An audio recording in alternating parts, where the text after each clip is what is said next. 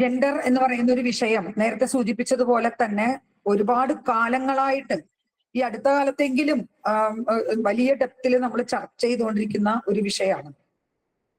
എനിക്ക് പലപ്പോഴും തോന്നിയിട്ടുള്ളത് ഇതിന്റെ ഒരു അക്കാദമിക പാണ്ഡിത്യം എന്നുള്ളതിനേക്കാൾ ഇന്ന് കേരളം നേടിയെടുക്കേണ്ടത് കുറെ കൂടെ ഇത് തമ്മിലുള്ള ചില യുക്തിസഹമായിട്ടുള്ള ബന്ധങ്ങളും നമ്മുടെ പരസ്പര മനുഷ്യര് തമ്മിലും മനുഷ്യരും മറ്റു ജീവജാലങ്ങളും തമ്മിലും ഒക്കെ ഉണ്ടാക്കിയെടുക്കേണ്ട ചില ജനാധിപത്യപരമായിട്ടുള്ള ബന്ധങ്ങളും ഇതിനെയൊക്കെ കോർത്തിണക്കാൻ ഈ ജെൻഡറിലൂടെ സാധിച്ചാൽ മാത്രമേ നമ്മൾ ഇതിന്റെ അക്കാഡമിക്സിനെ കുറിച്ച് ചർച്ച ചെയ്തിട്ട് കാര്യമുള്ളൂ എന്നുള്ളൊരു അഭിപ്രായമാണ് എനിക്കുള്ളത്. കാരണം കാലങ്ങളായിട്ട് ഇതിനെക്കുറിച്ച് സംസാരിക്കുമ്പോഴും നമ്മൾ പ്രതീക്ഷിക്കുന്ന തരത്തിൽ നമ്മുടെ ഇൻസ്റ്റിറ്റ്യൂഷൻസിൽ അല്ലെങ്കിൽ സ്ഥാപനങ്ങളിൽ പ്രധാനമായും കുടുംബത്തിനകത്ത്, മതത്തിനകത്ത്, രാഷ്ട്രീയത്തിനകത്ത് ഈ മാറ്റങ്ങൾ നാം പ്രതീക്ഷിച്ച തരത്തിൽ വരുന്നില്ല എന്നുള്ളത് വളരെ നിരാശാജനകമായിട്ടുള്ള ഒരു സംഭവമാണ്. അതുകൊണ്ട് തന്നെ നാം പറയാൻ ഉദ്ദേശിക്കുന്ന ചില കാര്യങ്ങളെ നിലവിലുള്ള വസ്തുതകൾ അല്ലെങ്കിൽ ചില റിയാലിറ്റീസും യാഥാർത്ഥ്യങ്ങളുമായി വളരെ യുക്തിസഹമായി ശാസ്ത്രീയമായി കണക്ട് ചെയ്യാൻ നമുക്ക് സാധിച്ചാൽ മാത്രമേ ഇനി ഇത് നമ്മൾ കൂടുതൽ സംസാരിച്ചിട്ട് കാര്യമുള്ളൂ. അതുകൊണ്ട് ഇന്നത്തെ വിഷയത്തില് ഈ ജെൻഡറിനോടൊപ്പം കുടുംബം എന്ന് പറയുന്ന വിഷയവും അതിനകത്ത് വളരെ പ്രധാനമായിട്ട് നിലനിൽക്കുന്ന അധികാരം എന്ന് പറയുന്ന ഘടനയും വളരെ കൂടുതൽ അഡ്രസ് ചെയ്യേണ്ട ഒരു കാലഘട്ടം തന്നെയാണിത്. നമുക്കറിയാം ചെറുതായിട്ട് എന്താണ് ജെൻഡർ എന്നുള്ള ഒരു കാര്യം ഞാനൊന്ന് ജസ്റ്റ് സൂചിപ്പിച്ചും കൊണ്ട് അതിനകത്തുള്ള അധികാരഘടനയെ കുറിച്ചും ആ അധികാരഘടനയിൽ തന്നെ ഏറ്റവും പ്രധാനപ്പെട്ട അധികാരഘടനയായ കുടുംബത്തെക്കുറിച്ചും നമുക്കൊന്ന് സംസാരിക്കാം എന്നാണ് ഞാൻ കരുതുന്നത്. ഒടുവിൽ ശാസ്ത്രം എങ്ങനെയാണ് ഈ ജെൻഡറിന്റെ നോക്കിക്കാണുന്നത് എന്നുള്ളത് കൂടെ പറഞ്ഞുകൊണ്ട് എന്റെ ഒരു അവതരണം നടത്താം എന്നാണ് ഞാൻ വിചാരിക്കുന്നത്. നമുക്കൊക്കെ അറിയാവുന്നത് പോലെ ജെൻഡർ എന്താണെന്ന് ചോദിച്ചാൽ ഒരുപക്ഷെ ആദ്യമൊക്കെ നമ്മുടെ ക്ലാസ്സുകളില് ജെൻഡർ എന്താണെന്ന് അറിയണമെങ്കിൽ സെക്സ് എന്താണെന്ന് അറിയണം എന്നുള്ളൊരു കാലഘട്ടം ഉണ്ടായിരുന്നു.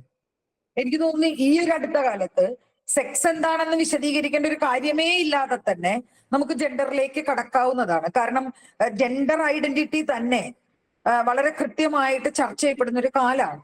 സെക്സ് എന്ന് പറയുന്നത് പണ്ട് നമ്മൾ വിശദീകരിച്ചിരുന്ന ബയോളജിക്കൽ ആയിട്ടുള്ള ഒരു ആസ്പെക്ട് എന്നുള്ള നിലയ്ക്കാണ് നമ്മൾ സെക്സിനെ വിശദീകരിച്ചിരുന്നത്. കുറെ കൂടെ പഠനങ്ങൾ മുന്നോട്ട് പോകുന്നതിലൂടെ സെക്സ് എന്നത് ഒരു ബോഡി കണ്ടീഷൻ മാത്രമാണ് എന്നുള്ള ഒരു ധാരണയിലേക്ക് നമ്മൾ എത്തിച്ചേർന്നിരിക്കുക. ഈ ജെൻഡർ ഐഡന്റിറ്റിയെ കുറിച്ച് ചർച്ച ചെയ്യുമ്പോൾ സെക്ഷുവൽ ഐഡന്റിറ്റിയും എന്താണ് എന്ന് ചർച്ച ചെയ്യുന്നിടത്തേക്ക് ജൂഡിത്ത് ബട്ട്ലറുടെ ചില പഠനങ്ങളും എഴുത്തുകളും ഒക്കെ തന്നെ നമ്മളെ കുറെ കൂടെ മുന്നോട്ട് കൊണ്ടുപോയിരിക്കുകയാണ്. ഒരു പ്രസവം കഴിഞ്ഞാൽ ഉടനെ ആണാണോ പെണ്ണാണോ എന്ന് ചോദിക്കുന്നത് അതൊരു തെറ്റല്ല എന്നാണ് നമ്മൾ ജെൻഡറിനെ കുറിച്ച് സംസാരിക്കുന്ന ഈ കാലഘട്ടം വരെയും കരുതിയിരുന്നത്.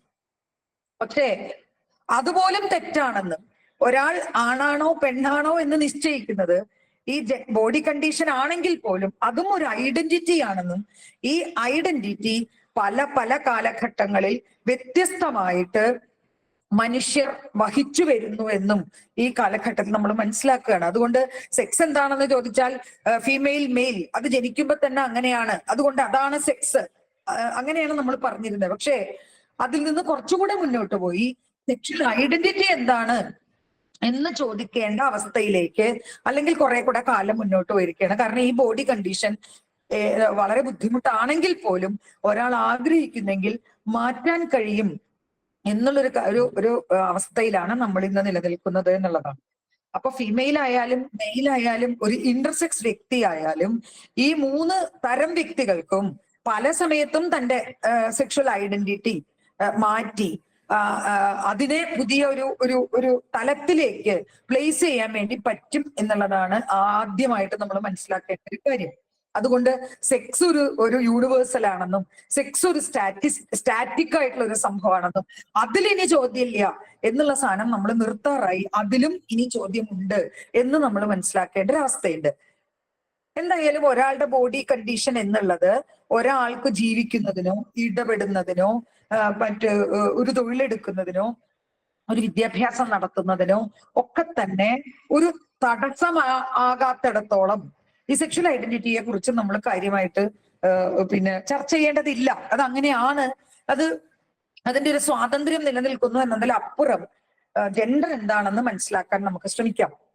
ഏതൊരു സെക്ഷൽ ഐഡന്റിറ്റിയിലുള്ള ഒരാളും, അത് ആണാകട്ടെ, താൽക്കാലികമായിട്ടാണെങ്കിൽ പോലും ആണാകട്ടെ, പെണ്ണാകട്ടെ, ഇന്റർസെക്സ് വ്യക്തിയാകട്ടെ, ഈ 3 സെക്ഷൽ ഐഡന്റിറ്റിയിലുള്ള ആളുകളും ഈ സമൂഹത്തിൽ അനുഭവിക്കുന്ന, അല്ലെങ്കിൽ ഈ സമൂഹത്തിൽ ഈ പല ഇടപെടലുകളിലൂടെ അനുഭവപ്പെട്ടുകൊണ്ടിരിക്കുന്ന ഒരു പിന്നെ സോഷ്യോ കൾച്ചറലായിട്ടുള്ള ഒരു ഐഡന്റിറ്റിയുടെ സ്വഭാവത്തെയാണ് നമ്മൾ ജെൻഡർ എന്ന് നമ്മളിപ്പോ വിളിക്കുന്നത്. ജെൻഡർ, ഇത് ഞാൻ കൂടുതലൊന്നും വിശദീകരിക്കുന്നില്ല, കാരണം നിങ്ങൾക്ക് എല്ലാവർക്കും, ഓൾമോസ്റ്റ് എല്ലാവർക്കും അറിയാവുന്ന കാര്യമാണ്. പക്ഷേ മാനിഫെസ്റ്റേഷൻസ് ഓഫ് ജെൻഡർ എന്താണെന്ന് പലപ്പോഴും ജെൻഡർ വിശദീകരിക്കുമ്പോൾ നമുക്ക് പറയേണ്ടി വരും. പണ്ട് നമ്മൾ ഈ സെക്സിനെ പറഞ്ഞിരുന്ന കാലത്ത് പറഞ്ഞിരുന്നത് gender is A socio cultural aspect എന്ന് മാത്രമാണ് പറഞ്ഞിരുന്നതെങ്കിൽ, അതിൽ നിന്നും കുറെ കൂടെ കുറച്ചും കൂടെ വൈഡായിട്ട് ചിത്രീകരിച്ച് അല്ലെങ്കിൽ മനസ്സിലാക്കിക്കൊണ്ട് ജെൻഡറിന് പലതരത്തിലുള്ള മാനിഫെസ്റ്റേഷൻസ് ഉണ്ട് എന്നുകൂടെ നമ്മൾ മനസ്സിലാക്കണം. അതിലൊരു മാനിഫെസ്റ്റേഷൻ ആണ് ജെൻഡർ ഒരു ഐഡന്റിറ്റി ആയിട്ട് കണക്കാക്കുക എന്നുള്ളത്. പണ്ട് നമ്മൾ അതിനെ സെക്സിനെയാണ് നമ്മൾ ഈ ഐഡന്റിറ്റി ആയിട്ട് കണക്കാക്കിയിരുന്നത്. പക്ഷെ ഞാൻ പറഞ്ഞു നേരത്തെ, ഈ സെക്സിനെ ഐഡന്റിറ്റി ആയിട്ട് കണക്കാക്കുമ്പോൾ പല സമയത്ത് പല ബോഡി കണ്ടീഷനിൽ ആളുകൾക്കാകാം, വ്യക്തികൾക്കാകാം എന്നുള്ളത് കൊണ്ട് തന്നെ ഇതിനെ നമ്മളിപ്പോ ജെൻഡർ ഐഡന്റിറ്റിയാണ് പറയുന്നത്. ഇത് നിങ്ങൾക്ക് അറിയാവുന്നതുപോലെ പല ആപ്ലിക്കേഷൻ ഫോമുകളിലും പല വേദികളിലും പല പഠനങ്ങളിലും ഒക്കെ തന്നെ ഒരാൾ തന്നോട് ചോദിച്ചാൽ കിട്ടുന്ന ഉത്തരമാണ് ഈ ജെൻഡർ ഐഡന്റിറ്റി എന്ന് പറയുന്നത്. പലപ്പോഴും നമ്മളിപ്പോ പല പഠനങ്ങളും നടത്തുമ്പോൾ അതിന്റെ ഒരു സോഷ്യോ പൊളിറ്റിക്കൽ കോണ്ടെക്സ്റ്റ് മനസ്സിലാക്കാൻ വേണ്ടിയിട്ട് ഒരു ആദ്യത്തെ ഫോം തന്നെ ഇന്റർവ്യൂലായാലും സർവേയിലായാലും ഒക്കെ നമ്മൾ ജെൻഡർ എന്താന്ന് ചോദിക്കാറുണ്ട്. ജെൻഡർ എന്താന്ന് ചോദിക്കാൻ ചിലപ്പോ ഈ ചോദിക്കാൻ പോകുന്ന ഒരാളെ കണ്ടും കൊണ്ട് അയാളുടെ ജെൻഡർ എന്താണെന്ന് അങ്ങ് എഴുതും. നമുക്ക് നമ്മുടെ പല എക്സ്പ്രഷൻസും ഒക്കെ റോളും ഒക്കെ നോക്കിക്കൊണ്ട് ഒരാൾ പെണ്ണാണ്, അയാൾ ആണാണ്, നമ്മൾ അതൊക്കെ പൂരിപ്പിച്ച് വെച്ച് പോകും പേര് നോക്കിയിട്ടൊക്കെ. അത് ശരിയല്ല എന്നും, ജെൻഡർ, ഒരാളുടെ ജെൻഡർ തീരുമാനിക്കുന്നത് ആ വ്യക്തി മാത്രമാണെന്നും, ആ വ്യക്തി പറയുന്നത് വരെ അതിനുള്ള സ്വാതന്ത്ര്യം ആ വ്യക്തിക്ക് ഉണ്ടെന്നും, അത് തികച്ചും ആ വ്യക്തിയുടെ അവകാശമാണെന്നും ജെൻഡർ ആസ് ഐഡന്റിറ്റി എന്നുള്ള രീതിയിൽ കാണുമ്പോൾ നമ്മൾ മനസ്സിലാക്കുകയാണ്. ഏത് ജെൻഡർ ഐഡന്റിറ്റിയിൽ വരുമ്പോഴും, അത് മാൻ ആവട്ടെ, വുമൺ ആവട്ടെ, ട്രാൻസ് വ്യക്തി ആകട്ടെ, ഏത് ജെൻഡർ ഐഡന്റിറ്റിയിൽ വരുമ്പോഴും ഞാൻ നേരത്തെ സൂചിപ്പിച്ചതുപോലെ ഈ സമൂഹത്തിനകത്ത് അയാളിൽ ഉള്ള ചില എക്സ്പെക്ടേഷൻസ്, അയാൾ ഒരു സ്ത്രീ ആയിട്ടാണ് ഒരാൾ ജീവിക്കുന്നതെങ്കിൽ, ഒരു പുരുഷനായിട്ടാണ് ഒരാൾ ജീവിക്കുന്നതെങ്കിൽ, ഒരു ട്രാൻസ്ജെൻഡർ ആയിട്ടാണ് ഒരാൾ ജീവിക്കുന്നതെങ്കിൽ, അതിൽ ചില എക്സ്പെക്ടേഷൻസ് നമ്മുടെ സൊസൈറ്റി ആയാലും മറ്റു വ്യക്തികളായാലും സ്വയം ശീലിപ്പിച്ചെടുത്തിട്ടായാലും ചില എക്സ്പെക്ടേഷൻസ് നമുക്ക് ഉണ്ടാവും. ഇതിനെയാണ് ഏത് ജെൻഡർ ഐഡന്റിറ്റി ആയാലും അത് ഒരു പർട്ടിക്കുലർ ആയിട്ടുള്ള ചില ചുമതലകളിലും ഉത്തരവാദിത്തങ്ങളിലും നിലനിൽക്കുന്നു എന്ന് നമ്മൾ പറയുന്നത്. അതിനെ നമ്മൾ ജെൻഡർ ആസ് എ റോൾ എന്നുള്ള രീതിയിൽ നമുക്ക് മാനിഫെസ്റ്റ് ചെയ്ത് കാണാൻ പറ്റും. ഈ പറയുന്ന ഞാൻ നേരത്തെ പറഞ്ഞ ഏത് ഐഡന്റിറ്റിയിൽ പെട്ട ആളുകളായാലും, ട്രാൻസ്ജെൻഡർ എന്ന് പറയുന്നത് പല രീതിയിൽ നിലനിൽക്കാം. ട്രാൻസ് മാൻ ആവാം, ട്രാൻസ് വുമൺ ആവാം, ട്രാൻസ്ജെൻഡർ എന്നുള്ള ഐഡന്റിറ്റിയിൽ തന്നെ നിലനിൽക്കാം, നോൺ ബൈനറി ആയിട്ട് നിലനിൽക്കാം. ഇങ്ങനെ അനേകം ജെൻഡർ ഐഡന്റിറ്റികൾ നിലനിൽക്കുന്നു. ഈ ഐഡന്റിറ്റികളിൽ ഇപ്പോഴും നമുക്ക് നമ്മുടെ സമൂഹത്തിൽ വീണ്ടും ബൈനറിക്കകത്ത് വരുന്നത് പോലെ ഒരു ട്രാൻസ്ജെൻഡർ വ്യക്തി പലപ്പോഴും ട്രാൻസ് മാനോ ട്രാൻസ് വുമണോ ആയിട്ട് അവരുടെ എക്സ്പ്രഷൻസിലും അവരുടെ പെർഫോമൻസിലും നമ്മൾ കാണാറുണ്ട്. അതുകൊണ്ട് തന്നെ ജെൻഡർ ഒരു റോൾ എന്നുള്ള രീതിയിൽ വരുമ്പോൾ ഓരോ വ്യക്തിക്കും, ഓരോ ജെൻഡർ ഐഡന്റിറ്റിയിലുള്ള ആളുകൾക്കും പ്രത്യേകം റോളുകൾ സമൂഹത്തിൽ സൃഷ്ടിച്ചെടുത്തിട്ടുണ്ട് എന്നും, അത് നമ്മളെ ഒരു പ്രാക്ടീസ് എന്ന പോലെ, ഒരു ആചാരം എന്ന പോലെ ഇത് പലപ്പോഴും തിരിച്ചറിഞ്ഞുകൊണ്ടാകാം, പലപ്പോഴും തിരിച്ചറിഞ്ഞുകൊണ്ടാകാതെ ഇരിക്കാം.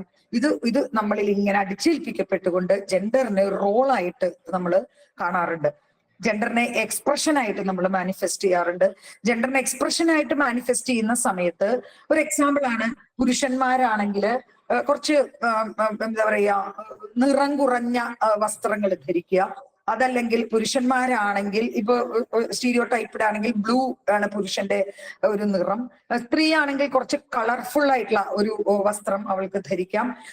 അത് കുറേയും കൂടെ അവളുടെ വസ്ത്രം എന്ന് ഇപ്പൊ ഒരു പിങ്ക് ആണ് അവളുടെ എന്ന് പലപ്പോഴും ഇപ്പോഴും നിങ്ങൾ കാണാം. ഒരു ജെൻഡറിനെ കുറിച്ച് എന്തെങ്കിലും ചില കാര്യങ്ങളൊക്കെ നമ്മൾ ഗൂഗിൾ ചെയ്ത് കഴിഞ്ഞാൽ നിങ്ങൾ കാണാം പിങ്ക് ധരിക്കുന്നതും പുരുഷന്മാരാണെങ്കിൽ ബ്ലൂ ധരിക്കുന്നതും ഒക്കെ തന്നെ നിങ്ങൾക്ക് കാണാൻ കഴിയുന്നുണ്ടാവും. ഇതൊക്കെ ഒരുതരം എക്സ്പ്രഷനാണ്. മുടി നീട്ടി വളർത്തുക, മുടി കട്ട് ചെയ്യുക, വേഷവിധാനങ്ങളിലുള്ള വ്യത്യാസം ഉണ്ടാവുക, ഇതൊക്കെ തന്നെയാണ് നമ്മൾ ജെൻഡറിനെ എക്സ്പ്രഷൻ എന്ന രീതിയിൽ നമ്മൾ വിലയിരുത്തുക. ഇതിനേക്കാളൊക്കെ ഉപരി നമ്മൾ ചർച്ച ചെയ്യേണ്ട ഒരു സംഭവം എന്ന് പറയുന്നത് ജെൻഡർ ഒരു സോഷ്യോ കൾച്ചറൽ കൺസ്ട്രക്റ്റ് ആണ് എന്നുള്ളത് തന്നെയാണ്.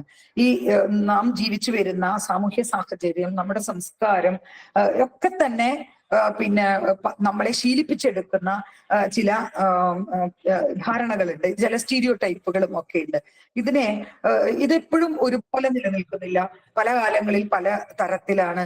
ഇപ്പൊ ഞാൻ തന്നെ ഇപ്പൊ സംസാരിക്കുമ്പോൾ ഇപ്പൊ നമ്മൾ തമ്മിൽ സംസാരിക്കുന്നതുകൊണ്ടാണ്. ഞാനിപ്പോ പോയിട്ട് വേറൊരു കമ്മ്യൂണിറ്റിയോടാണ് സംസാരിക്കുന്നതെങ്കിൽ, ഫോർ എക്സാമ്പിൾ ഞാനിപ്പോ പോലീസ് പേഴ്സണൽസിനോടാണ് സംസാരിക്കുന്നത്, ഉടനെ അവര് ഞാനിത് സംസാരിച്ച ഉടനെ ജെൻഡർ ഡിസ്ക്രിമിനേഷനെ കുറിച്ച് പറഞ്ഞ ഉടനെ അവർ പറയും ഇപ്പൊ ജെൻഡർ ഡിസ്ക്രിമിനേഷൻ ഒന്നും നിലനിൽക്കുന്നില്ലല്ലോ മാഡം, എന്തുമാത്രം വ്യത്യാസങ്ങളാണ് വന്നിരിക്കുന്നത് എന്ന് പറയും.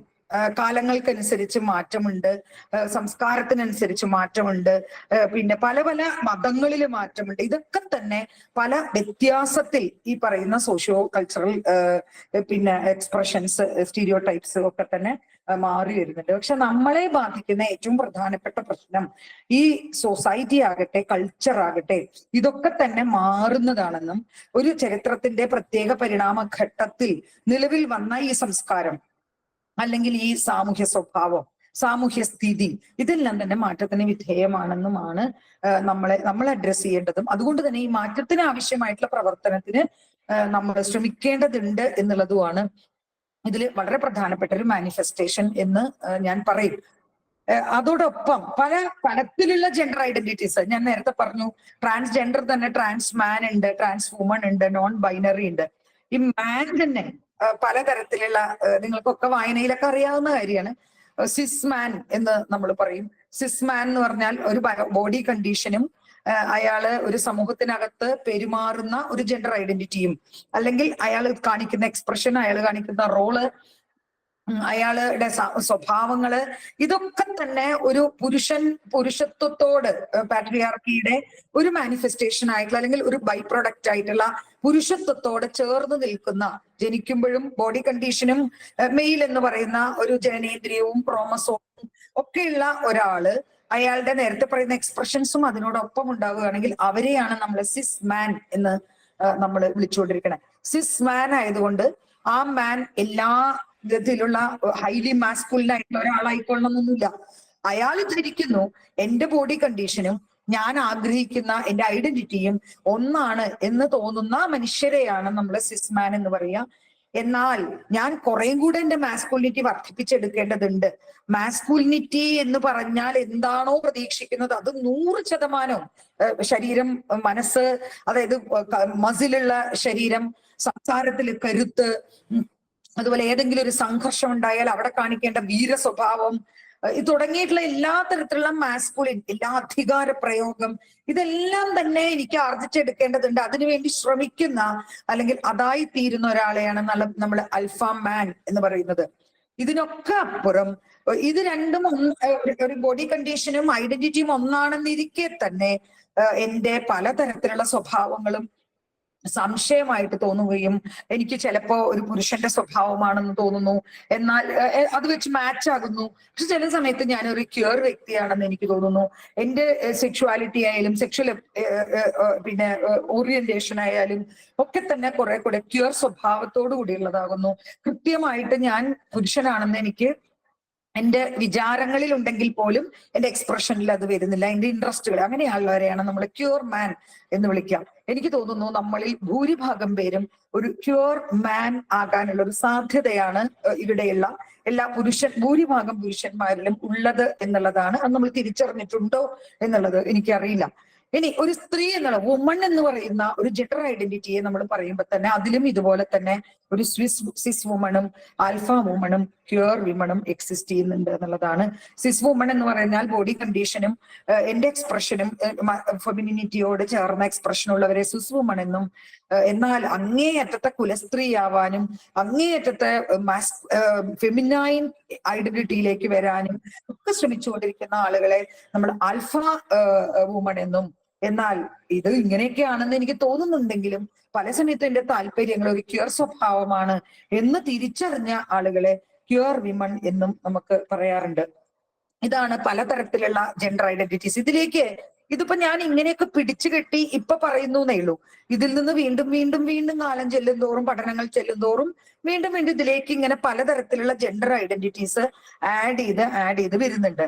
ഞാൻ നേരത്തെ സൂചിപ്പിച്ചു സെക്ഷൽ ഐഡന്റിറ്റിയിലും മെയിൽ ഫീമെയിൽ ഇന്റർസെക്സ് എന്ന് പറയുന്ന സമയത്തും ഇത് ബോഡി കണ്ടീഷൻസ് മാത്രമാണെന്ന് നമ്മൾ മനസ്സിലാക്കണം. ഇന്ന് ഞാൻ സ്ത്രീയാണെന്ന് എന്റെ ജനനേന്ദ്രിയങ്ങൾ കൊണ്ടും എന്റെ ക്രോമസോം കൊണ്ടും എന്റെ ഹോർമോൺ കൊണ്ടും പക്ക ഞാൻ തെളിയിച്ച എന്റെ ഡോക്ടർ ആയാലും എന്റെ പാരന്റ്സ് ആയാലും ഞാനായാലും എല്ലാ വഴികളിൽ കൂടെ തെളിയിച്ചാൽ പോലും എനിക്ക് അടുത്ത നിമിഷം മറ്റൊരു വ്യക്തിയായിട്ട് അല്ലെങ്കിൽ മറ്റൊരു സെക്ഷൽ ഐഡന്റിറ്റിയിലേക്ക് മാറാൻ കഴിയുന്ന മാറിയ ആളുകളെ നമ്മൾ ട്രാൻസെക്ഷൽ എന്ന് പറയും.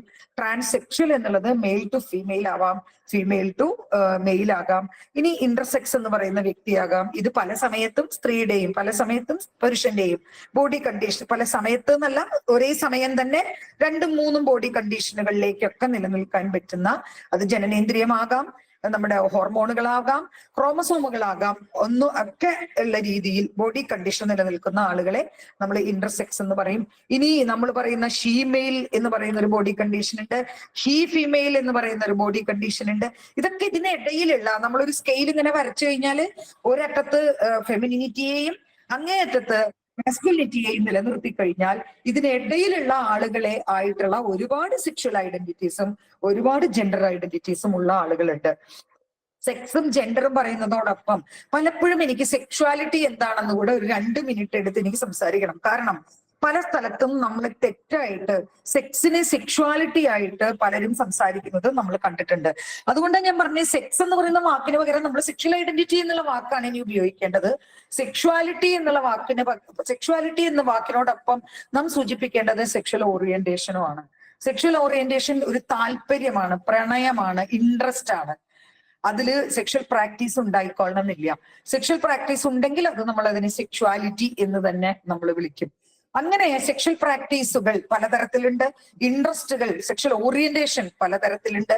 ഹെട്രോസെക്ഷൽ എന്താണെന്ന് നമുക്കറിയാം. ഒരേ സെക്ഷൽ ഐഡന്റിറ്റിയിലുള്ള ആളുകൾ അതേ സെക്ഷൽ ഐഡന്റിറ്റി തന്നെ പ്രകടിപ്പിക്കുന്ന ആളുകളുമായി, അതുപോലെ തന്നെ ഒരേ ജെൻഡർ ഐഡന്റിറ്റിയിലുള്ള ആളുകൾ അതേ ജെൻഡർ ഐഡന്റിറ്റിയിൽ തന്നെ നിലനിൽക്കാൻ ഇപ്പോൾ ആഗ്രഹിക്കുന്ന അല്ലെങ്കിൽ പെർഫോം ചെയ്യുന്ന ആളുകളുമായി നടക്കുന്ന പിന്നെ സെക്ഷൽ പ്രാക്ടീസ്, സെക്ഷൽ ഓറിയന്റേഷനെ ഒക്കെ തന്നെ നമ്മൾ ഹെട്രോസെക്ഷുവാലിറ്റി എന്ന് വിളിക്കും. നേരെ മറിച്ചുള്ള ഒരു സെക്ഷൽ ഐഡന്റിറ്റി അല്ലെങ്കിൽ ജെൻഡർ ഐഡന്റിറ്റിയിൽ നിൽക്കുന്ന ആളുകളുമായിട്ടുള്ള ബന്ധത്തെ നമ്മൾ ഹെട്രോസെക്ഷുവാലിറ്റി എന്ന് വിളിക്കും. ഒരേ ജെൻഡർ ഐഡന്റിറ്റിയിൽ ഒരേ സെക്ഷൽ ഐഡന്റിറ്റിയിൽ നിലനിൽക്കുന്ന ആളുകൾ തമ്മിലുള്ള പിന്നെ സെക്ഷൽ അട്രാക്ഷനെ, ഇൻട്രസ്റ്റിനെ, പ്രണയത്തെ നമ്മൾ ഹോമോസെക്ഷൽ എന്ന് വിളിക്കും. അതോടൊപ്പം തന്നെ ഇത് രണ്ടും മാറി മാറി പ്രകടിപ്പിക്കുന്ന ആളുകളെ നമ്മൾ ബൈസെക്ഷൽ എന്ന് വിളിക്കും. നിങ്ങൾക്ക് ഒരുപാട് വാക്കുകൾ നിങ്ങൾ ഗൂഗിൾ ചെയ്താൽ നിങ്ങൾക്ക് കാണാൻ കഴിയും. പാൻസെക്ഷൽ ഉണ്ട്, എസെക്ഷൽ ഉണ്ട്. പാൻസെക്ഷൽ എനിക്ക് തോന്നാറുണ്ട് നമ്മൾ കുറെ പേര് പാൻസെക്ഷൽ ആണെന്ന് എനിക്ക് തോന്നാറുണ്ട്. കാരണം പാൻസെക്ഷൽ എന്ന് പറയുന്നത് പലപ്പോഴും ഒരു വ്യക്തിയെ, അത് സെക്ഷൽ ഐഡന്റിറ്റിയോ ജെൻഡർ ഐഡന്റിറ്റിയോ മാത്രം നോക്കിയിട്ടില്ല. ചിലപ്പോ ആ വ്യക്തി കാണിക്കുന്ന ചില കഴിവുകൾ, അതല്ലെങ്കിൽ സമൂഹത്തിനകത്ത് നിലനിൽക്കുന്ന ചില മിടുക്കുകള്, ചില കഴിവുകള്, ചില പ്രതിഭകള്, ചില വൈദഗ്ധ്യങ്ങള്, ഈ വൈദഗ്ധ്യങ്ങളോട് അങ്ങനെ ഒരു വ്യക്തിയുടെ ശരീരം എന്നുള്ളതിനപ്പുറം അങ്ങനെ തോന്നുന്ന ഒരു പാനായിട്ടുള്ള ഒരു അപ്രോച്ച്, ആ ഒരു സെക്ഷൽ ഓറിയന്റേഷനെ, നമ്മളിപ്പോ ഒരു മ്യൂസീഷ്യനെ നമ്മൾ പ്രണയിക്കുകയാണെങ്കിൽ ചിലപ്പോൾ അത് ആണാണോ പെണ്ണാണോ എന്ന് അറിയാതെ പോലും ആ മ്യൂസീഷ്യന്റെ മ്യൂസിക് ആയിരിക്കും നമുക്ക് ഭയങ്കരമായിട്ട് ഇൻട്രസ്റ്റും പ്രണയവും ക്രിയേറ്റ് ചെയ്തിട്ടുണ്ടാവുക. അതൊരു പാൻസെക്ഷൽ ഒരു പ്രണയത്തിന് ഒരു ഉദാഹരണമാണ്. ഇങ്ങനെ എന്തിനേയും ഏതിനേയും അതിന്റെ പ്രണയിക്കാൻ തോന്നുന്ന അതിന്റെ ഒരു ബോഡി കണ്ടീഷനിൽ നാം പ്രത്യേകിച്ച് പിടിച്ചു കെട്ടപ്പെടാത്ത ഒരു പാൻസെക്ഷുവാലിറ്റി എന്ന് പറയാം. ഈ പറയുന്ന ആൾട്ടർനേറ്റ് അല്ലെങ്കിൽ ഹെറ്ററോസെക്ഷുവാലിറ്റി അല്ലാതെ മറ്റെല്ലാ സെക്ഷുവാലിറ്റിയോടും താല്പര്യമുള്ള അല്ലെങ്കിൽ അതിൽ ജീവിക്കുന്ന ആളുകളെ നമ്മൾ ക്യൂർ വ്യക്തിത്വം എന്ന് പറയും. ഇങ്ങനെ ഇന്റർ ജനറേഷണൽ സെക്ഷുവാലിറ്റി എന്ന് പറയും. അതായത് നമ്മൾ പലപ്പോഴും പല നോവലുകളിലും നമ്മളുടെ ജീവിതത്തിലും ഒക്കെ കാണാറുണ്ട്. നമ്മളെപ്പോഴും പ്രായത്തിനനുസരിച്ച് സെക്ഷുവാലിറ്റി അല്ലെങ്കിൽ സെക്ഷൽ പ്രാക്ടീസ് ഒക്കെ നിലനിർത്താറുണ്ട്. അതിനൊക്കെ അപ്പുറം പ്രായം കൂടിയ ആളുകളോട് തോന്നുന്നത്, പ്രായം കുറഞ്ഞ ആളുകളോട് തോന്നുന്നത്, ജെറണ്ടോഫീലിയ എന്നൊക്കെ പറയും, പ്രായം കൂടിയ ആളുകളോട് മാത്രം നമുക്ക് സെക്ഷൽ ഓറിയന്റേഷൻ തോന്നുന്നത്. ഇതൊക്കെ പലതരത്തിലുള്ള സെക്ഷുവാലിറ്റീസ് ആണ്. ഈ സെക്ഷുവാലിറ്റീസ് ഒക്കെ തന്നെ പോസിബിൾ ആണ്. പക്ഷേ സെക്ഷുവാലിറ്റിക്ക് പലപ്പോഴും ഇപ്പോഴൊക്കെ നമ്മൾ ചർച്ച ചെയ്യുമ്പോൾ ഇത് ആർക്കും ആരോടും ഇങ്ങനെ തോന്നാമോ എന്ന ചോദ്യത്തിൽ നാം എപ്പോഴും ചർച്ച ചെയ്യാറുള്ളത്, ഇവിടെ അതൊരു വിഷയം അല്ലെങ്കിൽ പോലും കൺസെന്റ് എന്ന് പറയുന്ന ഒരു കാര്യമാണ്. അധികാര പ്രയോഗം സെക്ഷുവാലിറ്റിയിലും എവിടെയായാലും അധികാര പ്രയോഗം ശരിയല്ല. അതുകൊണ്ടാണ് പലപ്പോഴും സൂഫിലിയ മൃഗങ്ങളോടുള്ളത്, പിഡോഫിലിയ കുട്ടികളോടുള്ളത്, നെക്രോഫിലിയ പ്രാണികളോടും ഒക്കെ ഉള്ളത്. ഈ തോന്നുന്ന സെക്ഷുവാലിറ്റീസ് ഒക്കെ എന്തുകൊണ്ടാണ് അത് പാടില്ലാത്തതാണെന്നും അത് ശിക്ഷാർഹമാണെന്നും നമ്മൾ പറയുന്നത് ഈ കൺസെന്റിന് പ്രാപ്തരായിട്ടുള്ള ആളുകളാണോ അപ്പുറത്ത് എന്നുള്ളതിനെ ഡിപ്പെൻഡ് ചെയ്തിട്ടാണ് ഇത് ക്രിമിനൽ ക്രൈം ആകുന്നതും കുറ്റകരമാകുന്നതും. അല്ലാതെ ഒരു കാലഘട്ടം വരെ സ്വവർഗ രതി ഒരു കുറ്റകരമാണെന്ന് പ്രഖ്യാപിച്ചിരുന്നത് ഒരിക്കലും അത് പ്രകൃതി വിരുദ്ധമായതുകൊണ്ടോ അല്ലെങ്കിൽ ജനാധിപത്യ വിരുദ്ധമായതുകൊണ്ടോ അല്ല. അത് പ്രകൃതി വിരുദ്ധമല്ല, മറിച്ച് അപ്പുറത്തുള്ള ആളുകൾക്ക് പിന്നെ സെക്ഷൽ അതിനായിട്ടുള്ള കൺസെന്റ് ഉണ്ടെങ്കിൽ അത് തീർച്ചയായിട്ടും അത് അംഗീകരിക്കപ്പെടാവുന്ന സെക്ഷുവാലിറ്റി ആണ് എന്നുള്ളൊരു ധാരണയാണ് നമുക്ക് വേണ്ടത്. ഇതിനൊരു ഏകശിലാ ഘടനയില്ല, ബഹുതലത്തിലാണ് ഈ സെക്ഷുവാലിറ്റി നിലനിൽക്കുന്നത്. പലപ്പോഴും വെർജീനിയ വുൾഫൊക്കെ തന്നെ ആദ്യകാലത്ത് പറഞ്ഞിട്ടുള്ളത് പോലെ ഒരു ഉഭയസ്വത്വ സ്വഭാവം തന്നെയാണ് എല്ലാ മനുഷ്യർക്കും കൂടുതൽ ഉള്ളത് എന്നുള്ളത് വെർജീനിയ വുൾഫ് പറയാറുണ്ട്. അതിനെ ശാസ്ത്രീയമായിട്ട് തെളിയിച്ചിട്ടുള്ളത് ആൽഫ്രഡ് കിൻസി എന്ന് പറയുന്ന പിന്നെ സാമൂഹ്യശാസ്ത്രജ്ഞനാണ്. അദ്ദേഹത്തിന് പറയുന്നത്, അദ്ദേഹത്തിന് ഒരു സ്കെയിലുണ്ട്. ആ കിൻസി സ്കെയിലിൽ പറയുന്നത് ആകെ 10% പേര് ഇവിടെ എന്താണ് ഹെറ്ററോസെക്ഷൽ ആണ്, 10% പേര് പക്ക ഹോമോസെക്ഷൽ ആണ്. ബാക്കി 80% പേരും ഇതിനിടയിൽ നിലനിൽക്കുന്ന ബൈസെക്ഷലും പാൻസെക്ഷലും ഒക്കെ ആയിട്ടുള്ള ആളുകളാണ് എന്ന് പറയുന്ന കണ്ടെത്തലാണ് ഈ സെക്ഷുവാലിറ്റിയെ കുറിച്ച് കാര്യമായിട്ട് പഠിച്ചിട്ടുള്ള ആൽഫ്രഡ് കിൻസി പറയുന്നത്. ഞാൻ ഈ സെക്ഷുവാലിറ്റി പറയാൻ കാരണം അധികാര ഘടന ഇന്നത്തെ കേരള സമൂഹത്തിൽ ഏറ്റവും അധികം നിലനിൽക്കുന്നത് ഈ സെക്ഷുവാലിറ്റിയിലാണ് എന്നുള്ളത് കൊണ്ടാണ് ഞാൻ ഈ സെക്ഷുവാലിറ്റി കൂടെ ഇവിടെ ചേർത്ത് വെച്ച് പറഞ്ഞത്. ഇനി ഈ എങ്ങനെയാണ് ഈ ജെൻഡറിലേക്ക്, അല്ലെങ്കിൽ ഞാൻ നേരത്തെ പറഞ്ഞ എക്സ്പ്രഷൻ ആയാലും ശരി, റോൾ ആയാലും ശരി, സോഷ്യോ കൾച്ചറൽ കൺസ്ട്രക്ട് ആയാലും ശരി, ഐഡന്റിറ്റി ആയാലും ശരി, ഇതിലേക്കൊക്കെ പവർ, അധികാരം കടന്നു വരുന്നത് എന്നുള്ളതാണ്. ജെൻഡർ എന്ന് പറയുന്ന ഒരു ആശയം തന്നെ ഒരു ഡിസ്ക്രിമിനേഷനിലേക്ക് പോകുന്ന സമയത്ത് നമുക്കറിയാം വളരെ വെർട്ടിക്കൽ ആയിട്ടുള്ള ഒരു അധികാര ഘടനയാണ് ജെൻഡറിനകത്ത് പ്രവർത്തിക്കുന്നത്. എല്ലാ മനുഷ്യ സമൂഹവും ശരിക്കും പറഞ്ഞാൽ അധികാരത്താൽ ബന്ധിക്കപ്പെട്ടത് തന്നെയാണ്. നമ്മൾ പല സമയത്തും ഈ സെഷനൊക്കെ അവതരിപ്പിക്കുന്ന സമയത്ത് സാധാരണക്കാരായ ആളുകളോട് നമ്മളോട് ചോദിക്കാറുണ്ട്, പവർ ഇല്ലാതെ നമുക്കൊരു സിസ്റ്റം കൊണ്ടു നടക്കാൻ പറ്റുമോ? ഇപ്പോ നമ്മളുടെ ഒരു ഓഫീസ് ആയാലും ശരി, ഒരു സ്കൂൾ ആയാലും ശരി, ഒരു സംഘടനയായാലും ശരി, അതിനൊക്കെ അകത്ത് തന്നെ പവർ ഇല്ലാതെ നമുക്കത് കൊണ്ടു നടക്കാൻ പറ്റും. അങ്ങനെ പറയുന്ന സമയത്താണ് പവർ എന്താണെന്ന് നമുക്ക് ഡിഫൈൻ ചെയ്യേണ്ടി വരിക. നമുക്കറിയാവുന്ന കാര്യങ്ങളാണ്. ഹൊറിസോണ്ടൽ ആയിട്ടുള്ള പവറും വെർട്ടിക്കൽ ആയിട്ടുള്ള പവറും രണ്ടും രണ്ടാണെന്നും വളരെ ശ്രേണീബദ്ധമായിട്ടുള്ള ഒരു അധികാര ഘടനയാണ് അപകടകരമെന്നും മറ്റേ പവർ എന്ന് പറയുന്നത് നമ്മൾ ഉദ്ദേശിക്കുന്നത് അതാത് സ്ഥാനത്ത് ഇരിക്കുന്നവർ ചെയ്യേണ്ട ഉത്തരവാദിത്തങ്ങള്, ചുമതലകളെയാണ് നമ്മൾ പവർ എന്ന് പറയുന്നത് നമുക്കറിയാം. അതുകൊണ്ട് മനുഷ്യ സമൂഹത്തിനകത്ത് മുഴുവൻ പവർ പാടില്ല എന്ന് നമുക്ക് പറയാൻ കഴിയില്ല. മനുഷ്യ സമൂഹം ആകെ ബന്ധിക്കപ്പെട്ടിരിക്കുന്നത് പവർ വഴി തന്നെയാണ്.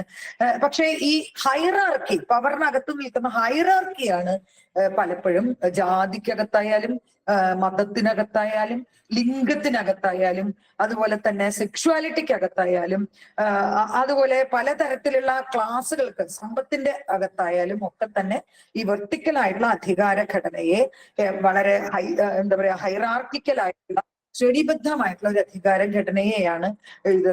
ഈ അധികാര ഘടനയെ കുറിച്ച് ആദ്യം തന്നെ വളരെ യുക്തിസഹമായിട്ട് നമ്മളോട് സംസാരിച്ചിട്ടുള്ളത് മൈക്കൽ ഫൂക്കോ ആണെന്ന് നമുക്കറിയാം.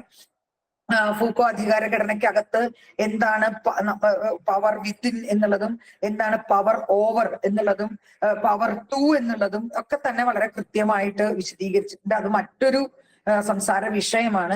ഇതിൽ നമുക്കറിയാം പവർ വിത്തിൻ എന്ന് പറയുന്നത് അകത്ത് നിന്നുണ്ടാകേണ്ട ഒരു പവറാണെന്നും പലപ്പോഴും നമ്മൾ എംപവർ എന്ന് പറയുന്ന വാക്ക് ഉപയോഗിക്കുന്നത് ഈ ഉള്ളിൽ നിന്നുണ്ടാകേണ്ട പേഴ്സണൽ ഓട്ടോണമി അടക്കം ഉപയോഗിക്കാനും ഡിസിഷൻ മേക്കിങ്ങിന് തയ്യാറാവുന്ന രീതിയിൽ ഒരു വ്യക്തിയെ പ്രാപ്തമാക്കുന്ന ഒന്നാണ് ഈ അധികാര പവർ വിത്തിൻ എന്ന് നമുക്കറിയാം. അതുകൊണ്ട് തന്നെ പലപ്പോഴും നമ്മുടെ സ്ത്രീകളെ എംപവർ ചെയ്യിക്കുക എന്ന് പറയുന്ന വാക്ക് പലപ്പോഴും നമ്മൾ ഉപയോഗിക്കാൻ പാടില്ലാത്ത വാക്കാണ്. കാരണം എംപവർ ഒരാളെ ചെയ്യിപ്പിക്കാനല്ല സാധിക്കുക. പലപ്പോഴും ലെനിൻ തന്നെ പറഞ്ഞിട്ടുണ്ട്, എംപവർ എന്നുള്ള വാക്കിന് പകരം എക്യുപ്ഡ് എന്നുള്ള വാക്കാണ് നമ്മൾ ഉപയോഗിക്കേണ്ടത്. ഒരാൾക്ക് എക്യുപ്ഡ് ആവണമെങ്കിൽ, ഒരാൾ സ്വയം എക്യുപ്ഡ് ആവണമെങ്കിൽ അയാൾ മാത്രം ശ്രമിച്ച് നടക്കേണ്ട ഒന്നല്ല. അതിനുവേണ്ട സാമൂഹ്യ സാഹചര്യം, അതിനുവേണ്ട അവസ്ഥ, അതിനുവേണ്ട പദവി എല്ലാം ഉണ്ടെങ്കിൽ മാത്രമേ ഒരാൾക്ക് പവർ എക്സസൈസ് ചെയ്യാൻ, താൻ ചെയ്യേണ്ട ഉത്തരവാദിത്തങ്ങളെ എക്സസൈസ് ചെയ്യാൻ നമുക്ക് കഴിയുള്ളൂ എന്നുള്ളത് വളരെ ഒരു കാര്യമാണ്. അതുകൊണ്ട് നമ്മൾ പലപ്പോഴും ശാക്തീകരണം എന്നുള്ളതിനേക്കാൾ സ്വയം ശാക്തീകരണം എന്നൊക്കെ നമുക്ക് ഉപയോഗിക്കേണ്ടി വരും എന്നാണ് എനിക്ക് തോന്നാറുള്ളത്. ഈ അധികാരഘടനയെ കുറിച്ച് പറയും ഏറ്റവും പ്രധാനമായിട്ട് നമ്മൾ പറയുന്ന ഈ അധികാരഘടന പാട്രിയാർക്കി തന്നെയാണ്.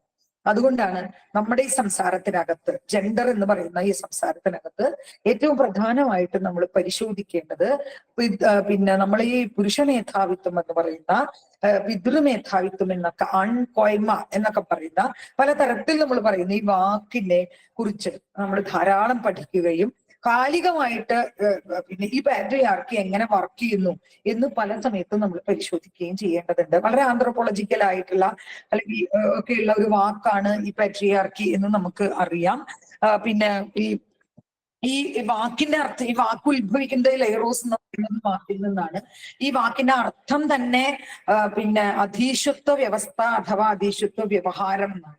ഈ ആർക്കീസ് ഭരണാധികാരങ്ങളൊക്കെ നിലനിന്നിരുന്ന സമയത്ത് ഈ അധികാരങ്ങളൊക്കെ അത് പിന്നെ പ്രോപ്പർട്ടി റൈറ്റ് ആയിക്കോട്ടെ, ഭരണത്തിനുള്ള അധികാരമായിക്കോട്ടെ, പിന്നെ നമ്മളിപ്പൊക്കെ പറയാറുള്ള പലതരത്തിലുള്ള സ്ട്രാറ്റജിക് അധികാരങ്ങൾ, മൊബിലിറ്റി തുടങ്ങിയിട്ടുള്ള വിവാഹം, പ്രണയം ഇതൊക്കെ തീരുമാനിക്കാൻ, കുടുംബം ഇതൊക്കെ തീരുമാനിക്കാനുള്ള അധികാരങ്ങളായിക്കോട്ടെ, ഇതെല്ലാം തന്നെ പുരോഹിതന്മാരിലോ പിതാക്കന്മാരിലോ അല്ലെങ്കിൽ ഭരണാധികാരികളിലോ, ഭരണാധികാരികളും പുരുഷന്മാരായിരിക്കുന്ന ഒരു അവസ്ഥയിൽ ഭരണാധികാരികളിലോ വെസ്റ്റ് ചെയ്തിട്ടുള്ള ഒരു അധികാര ഘടനയെയാണ് നമ്മൾ പാട്രിയാർക്കി എന്ന് പറയുന്നത്. തീർച്ചയായിട്ടും ഇത് ഹൈറാർക്കിക്കലാണ്, ശ്രേണിബദ്ധമാണ്, ഉച്ചനീചത്വങ്ങൾ നിലനിൽക്കുന്ന ഒന്നാണ് പാട്രിയാർക്കി എന്ന് നമ്മൾ പറയേണ്ടി വരും. അങ്ങനെ പാട്രിയാർക്കിയെ ഡിഫൈൻ ചെയ്യുന്ന സമയത്ത് പുരുഷന്മാർക്ക് എല്ലാ സ്ത്രീകളുടെ മേലും, ചില പുരുഷന്മാർക്ക് മറ്റു പുരുഷന്മാരുടെ മേലും എക്സസൈസ് ചെയ്യാൻ പറ്റുന്ന അധികാര ഘടനയാണ് പാട്രിയാർക്കി നമ്മൾ പറയേണ്ടി വരും. അപ്പോഴാണ് നമുക്കറിയാം പാട്രിയാർക്കിയില് സ്ത്രീകൾ മാത്രമല്ല കഷ്ടപ്പെടുന്നത്, എല്ലാ ജെൻഡർ ഐഡന്റിറ്റികളും ഈ പാട്രിയാർക്കിക്കകത്ത് നമ്മൾ ബുദ്ധിമുട്ടുന്നുണ്ട് എന്നുള്ളത് നമ്മൾ മനസ്സിലാക്കുക. ഈ ജെൻഡറിനെ സംബന്ധിച്ച് ഈ പാട്രിയാർക്കി ഏറ്റവും കൂടുതൽ ബാധിക്കുന്നത് കുടുംബം എന്നുള്ള ഒരു ആശയത്തിലാണ് എന്ന് നമുക്കറിയാം.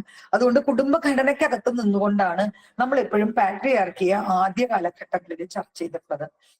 കുടുംബത്തിനകത്തുള്ള അധികാരം പുരുഷനാണെന്നും ആ പുരുഷൻ പ്രയോഗിക്കുന്ന ചില അധികാര പ്രയോഗങ്ങൾക്കകത്ത് നിൽക്കുന്ന സ്ത്രീകളോ അല്ലെങ്കിൽ ആ അധികാരമില്ലാത്ത, ഈ പുരുഷനോളം അധികാരമില്ലാത്ത മറ്റു പുരുഷന്മാരെയൊക്കെയാണ് നമ്മൾ പാട്രിയാർക്കൽ ആയിട്ടുള്ള ഒരു സ്വഭാവമായിട്ട് കാണാറുള്ളത്. കുടുംബം എന്ന് പറയുന്ന ഒരു ആശയത്തെ, ഒരു ഇൻസ്റ്റിറ്റ്യൂഷനെ ഞാൻ കുറച്ചും കൂടെ ഡീപ്പായിട്ട് പരിശോധിക്കാൻ ഉദ്ദേശിക്കുന്നുണ്ട് എന്നുള്ളത് കൊണ്ട് ഞാൻ പാട്രിയാർക്കി പറഞ്ഞതിന് ശേഷം കുടുംബത്തെ കുറിച്ച് നമുക്ക് സംസാരിക്കാം.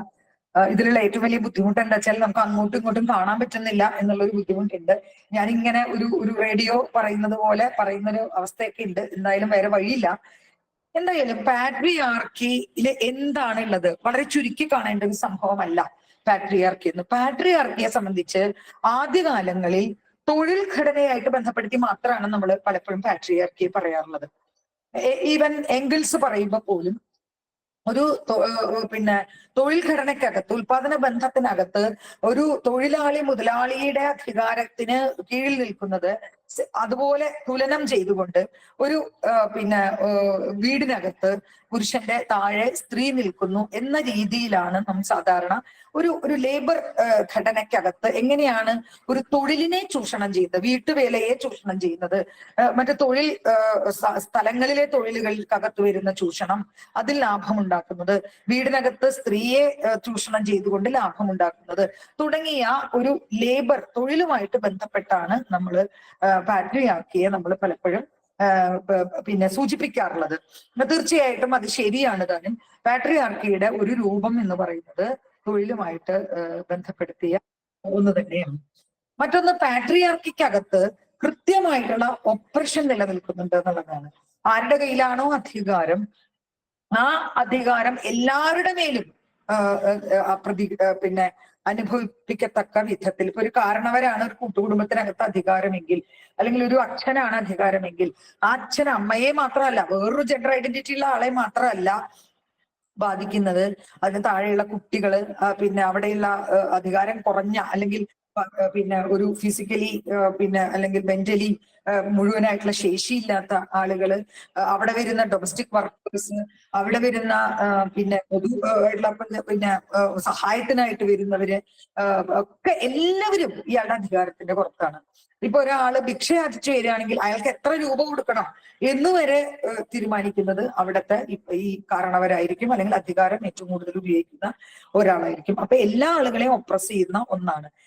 മറ്റൊരു സ്വഭാവം എന്ന് പറയുന്നത് ഇതില് സ്ത്രീകൾ ഒരു സെക്ഷൽ ഓബ്ജക്റ്റ് ആയി മാറുന്നു എന്നുള്ളത് പാട്രിയാർക്കിയുടെ ഏറ്റവും വലിയൊരു സ്വഭാവമാണ്. എന്ന് പറഞ്ഞാല് സ്ത്രീ എന്ന് പറയുന്നത് ശരീരമായിട്ട് കാണുകയും അല്ലെങ്കിൽ അത് ലൈംഗികമായിട്ടുള്ള ഒരു ഉപയോഗമുള്ള ഒരു വ്യക്തിയായിട്ട് മാത്രം കാണുകയും പലപ്പോഴും സ്ത്രീയുടെ തൊഴിലിനെ അല്ലെങ്കിൽ സ്ത്രീയുടെ വ്യക്തിത്വത്തെ ഒരു മൂല്യമില്ലാത്ത ഒരവസ്ഥയിലേക്ക് മാറ്റുകയും ചെയ്യുന്നു എന്നുള്ളതാണ്. മറ്റൊന്ന്, ഏറ്റവും പുതിയ കാര്യം എന്താ വെച്ചാല് LGBTIQ ആയിട്ടുള്ള, അതായത് ക്യൂർ ആയിട്ടുള്ള, നമ്മള് ഇംഗ്ലീഷ് പറയുന്നതിനെ കുറിച്ചാണ് ഒരു ചാറ്റ് ബോക്സിൽ വന്നിട്ടുള്ളത്. നിർഭാഗ്യവശാൽ ജെൻഡർ എന്ന് പറയുന്ന വാക്കിന് ഇപ്പോഴും നമ്മളൊരു മലയാള പദം ആപ്റ്റായിട്ട് കണ്ടുപിടിക്കാൻ നമുക്ക് സാധിച്ചിട്ടില്ല എന്നുള്ളത് കൊണ്ട് ഇപ്പോഴും ഇത് ചർച്ച ചെയ്യുന്ന സമയത്ത് പല വാക്കുകളും, ട്രാൻസ്ജെൻഡർ തുടങ്ങിയിട്ടുള്ള പല വാക്കുകളും നമ്മൾ ഇംഗ്ലീഷ് ഭാഷയിൽ ഉപയോഗിക്കേണ്ടി വരികയാണ്. അതിനെ മലയാളത്തിൽ പറയുമ്പോൾ അത് അത്രയും ആപ്റ്റ് അല്ല എന്നുള്ളത് കൊണ്ടാണ് ഞാൻ ആ വാക്ക് തന്നെ ഉപയോഗിക്കുന്നത്. Very sorry. എല്ലാ പാട്രിയാർക്കിയുടെ ഏറ്റവും പ്രധാനപ്പെട്ട പുതിയ ഒരു കാഴ്ച എന്ന് പറയുന്നത് ക്യൂർ ആയിട്ടുള്ള വ്യക്തികൾക്ക് വരെ പാട്രിയാർക്കിയുടെ അവര് ഫോഴ്സ് ചെയ്യപ്പെടുന്നു എന്നാണ്, അല്ലെങ്കിൽ അവര് കൂടെ ഇതിന് വിധേയമാകുന്നു, ബലപ്രയോഗം. കാരണം ഒരു പാട്രിയാർക്കൽ സിസ്റ്റത്തിനകത്ത് ഏത് സെക്ഷുവാലിറ്റിയാണ് നിലനിൽക്കുക എന്ന് ചോദിച്ചാൽ ഉറപ്പായിട്ടും ഹെട്രോസെക്ഷുവാലിറ്റിയാണ് നിലനിൽക്കുന്നത് നമുക്ക് പറയേണ്ടി വരും. കാരണം പാട്രിയാർക്കിയുടെ ഏറ്റവും അധികാര പ്രയോഗിക്കാൻ പറ്റുന്ന ഒരു രൂപം എന്ന് പറയുന്നത്, അല്ലെങ്കിൽ ഒരു സ്ഥാപനം എന്ന് പറയുന്നത് കുടുംബമാണ്. ഒരു കുടുംബം എന്ന് പറഞ്ഞാൽ നമ്മൾ ഉദ്ദേശിക്കുന്നത് പിന്നെ നമുക്കറിയാവുന്നതുപോലെ ഒരു ഹെട്രോസെക്ഷൽ ആയിട്ടുള്ള ഒരു റിലേഷൻഷിപ്പിൽ നിന്ന് അടുത്തൊരു തലമുറയെ ഉൽപ്പാദിപ്പിക്കാൻ കഴിയുന്ന തരത്തിലുള്ള ഒരു ഘടനയാണ് നമ്മൾ കുടുംബം എന്ന് ഇതുവരെ നമ്മളൊരു യൂണിറ്റ് ആയിട്ട്, ഒരു സമൂഹത്തിന്റെ യൂണിറ്റ് ആണ് കുടുംബം എന്നൊക്കെ നമ്മൾ കുട്ടികളെ പഠിപ്പിക്കുന്ന സമയത്ത് ഇങ്ങനെ ഒരു അടുത്ത തലമുറയെ ഉൽപ്പാദിപ്പിക്കാൻ കൂടെ ശേഷിയുള്ള ഒരു പ്രിവിലേജ്ഡ് ആയിട്ടുള്ള, ഞാൻ പറയും ഹെട്രോസെക്ഷൽ ആയിട്ടുള്ള ആളുകൾ എന്ന് പറഞ്ഞാൽ പ്രിവിലേജ്ഡ് ആണ്. അവര് കുറെ കൂടെ അധികാരമുള്ളവരാണ്.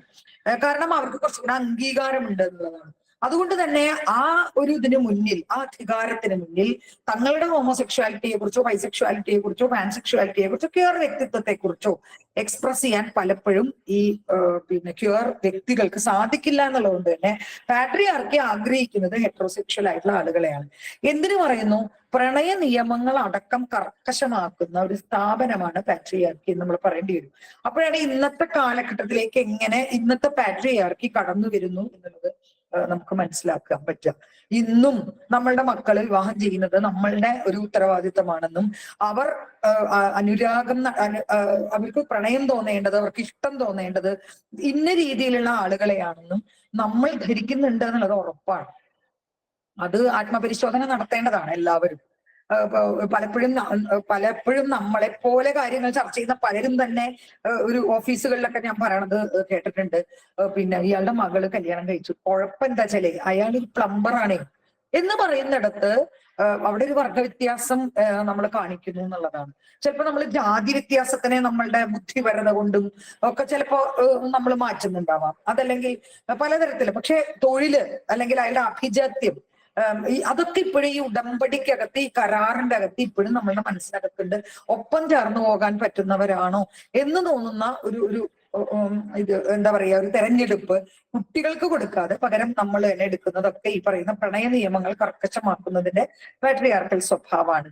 ഈ പാട്രിയാർക്കിയുടെ ഈ ഇമ്പാക്ട്സ് ഒക്കെ നിലനിൽക്കുന്ന സമയത്ത് ഈ പാട്രിയാർക്കിയെ തന്നെ പലതരത്തിൽ പറയണം. ഇപ്പൊ ഏതൊരു നമ്മുടെ പരിഷത്തിന്റെ തന്നെ ഒരു യോഗത്തില് ഞാൻ ഷാഹിനെയാന്ന് തോന്നുന്നു പറഞ്ഞത് എനിക്ക് ഓർമ്മയുണ്ട്, കുറച്ച് എക്സ്ട്രീം ആയിട്ട് പെനിസെന്റേഡ് പാട്രിയാർക്കിയാണ് ഇപ്പൊ നിലനിൽക്കുന്നത് എന്ന് ഞാൻ പറയും എന്ന് ഷാഹിന പറയലുണ്ടായി. കാരണം എന്താണ് ഈ അധികാര പ്രയോഗത്തിന് പുരുഷന്മാർക്കുള്ള യോഗ്യത ഇന്ന് കേരളത്തിൽ എന്ന് ചോദിച്ചാൽ അത് എന്താ പറയാ, ലിംഗമുള്ളത് കൊണ്ടുള്ള ഒരു അധികാരമാണ് എന്ന് തോന്നുന്ന വിധത്തിലേക്ക് വരെ എക്സ്ട്രീമിറ്റിയിലേക്ക് ഈ പാട്രിയാർക്കിയെ നമ്മളിപ്പോ ചർച്ച ചെയ്യാറുണ്ട്. അതുകൊണ്ട് തന്നെ പാട്രിയാർക്കി എന്ന് പറയുന്ന ഒരു ചർച്ച ആദ്യകാലങ്ങളിൽ നമ്മൾ പറയുന്ന ഒരു സോഷ്യലിസ്റ്റ് ഫെമിനിസം ഒക്കെ നമ്മളൊക്കെ പറയാറുള്ള, നമ്മളൊക്കെ നിലപാടെടുക്കാറുള്ള സോഷ്യലിസ്റ്റ് ഫെമിനിസ്റ്റുകൾ പറയാറുള്ള പിതൃമേധാവിത്വ സ്വഭാവം മാത്രമല്ല.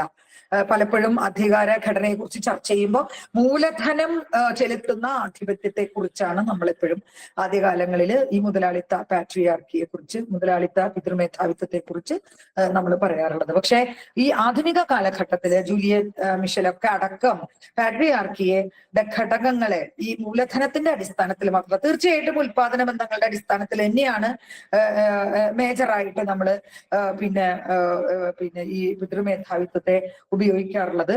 പക്ഷെ ഉൽപാദനം അത് ഒരു ഘടകമായിരിക്കുമ്പോ തന്നെ പുനരുൽപാദനത്തെ കൂടെ പിന്നെ അഭിസംബോധന ചെയ്യാൻ ഈ പാട്രിയാർക്കിക്ക് അഥവാ പിതൃമേധാവിത്വത്തിന് കഴിയണം എന്നുള്ളത് രണ്ടാമത്തെ ഒരു ഘടകമാണ്.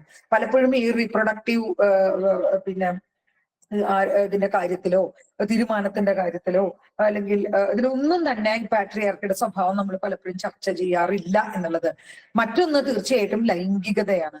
ലൈംഗികത പല സമയത്തും ഈ പാട്രിയാർക്കി അടിച്ചേൽപ്പിക്കുന്ന ലൈംഗികത അതിന്റെ ഒരു ഘടകമാണ് എന്നുള്ളത് നമ്മൾ ആദ്യകാലങ്ങളിലൊക്കെ തന്നെ മറന്നുപോയിട്ടുള്ള ഒന്നാണ്. ഈ മറന്നുപോകലിന്റെ ഒക്കെ ഒരു കുഴപ്പം എന്താണെന്നറിയോ, ഇപ്പോഴും കേരളത്തിനകത്തുള്ള ഇത്രയൊക്കെ നമ്മൾ ഈ ജെൻഡർ നീതിയെ കുറിച്ച് സംസാരിക്കുമ്പോൾ ഈ കേരളത്തിനകത്തുള്ള ഈ പാരഡക്സ് എന്താണ് ഇങ്ങനെ ഈ വൈരുദ്ധ്യം നിലനിൽക്കുന്നത്?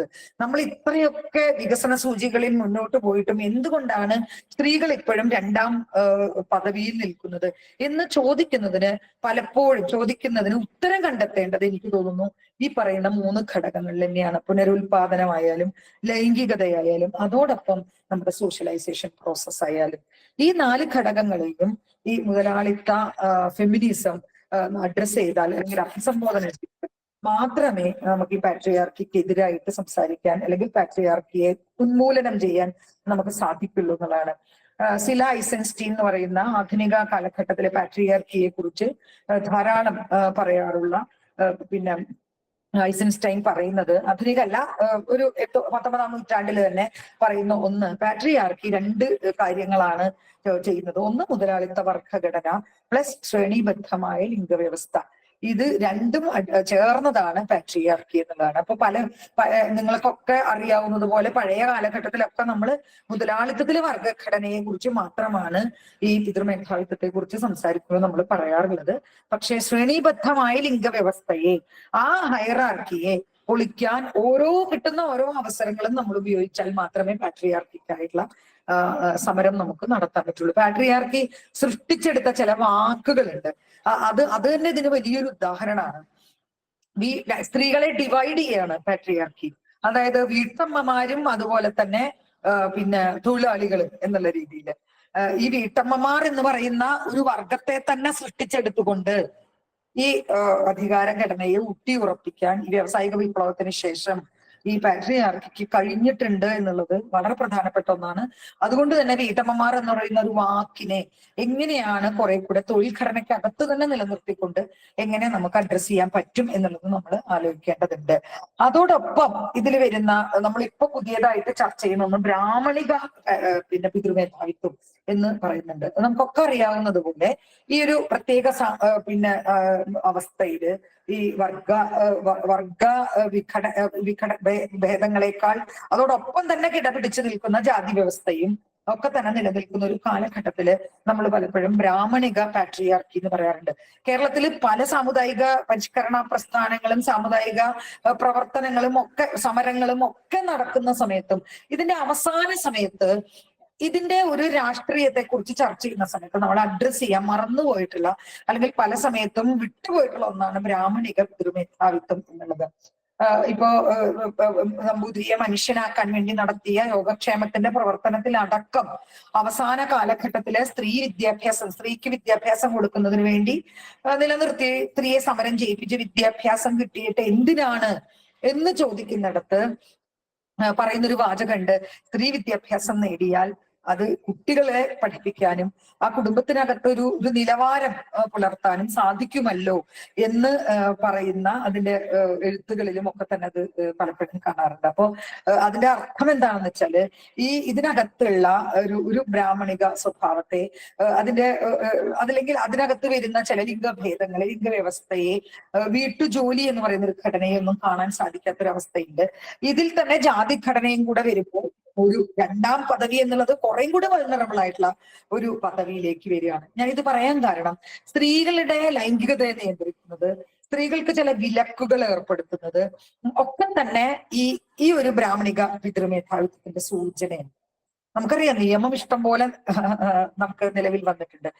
ഒരു ഇഷ്യൂ ഉണ്ടാകുമ്പോൾ ഒരു ജെൻഡർ ഡിസ്ക്രിമിനേഷൻ, ഒരു വിവേചനം നമ്മൾ കാണുമ്പോൾ അതിനകത്ത് പിന്നെ അതിന്റെ ഭാഗമായിട്ട് അതിന്റെ തുടർച്ച എന്നുള്ള രീതിയിൽ നിലവിൽ വന്നിട്ടുള്ള ഒരുപാട് ആക്ടുകളുണ്ട്. പോഷ് ആക്ട് ആയാലും പോക്സോ ആയാലും ഒക്കെ തന്നെ ഒരുപാട് ആക്ടുകൾ, നിയമങ്ങളും ഒക്കെ അങ്ങനെ വന്നിട്ടുള്ളതാണ്. പക്ഷെ നിയമം ഒരു ഭാഗത്ത് നിലനിൽക്കുകയും നാട്ടുനടപ്പ് വേറൊരു ഭാഗത്ത് നിലനിൽക്കുകയും ചെയ്യുന്നത് ഞാൻ നേരത്തെ പറഞ്ഞ ഈ ബ്രാഹ്മണിക മേധാവിത്വത്തിന്റെ, മത മേധാവിത്വത്തിന്റെ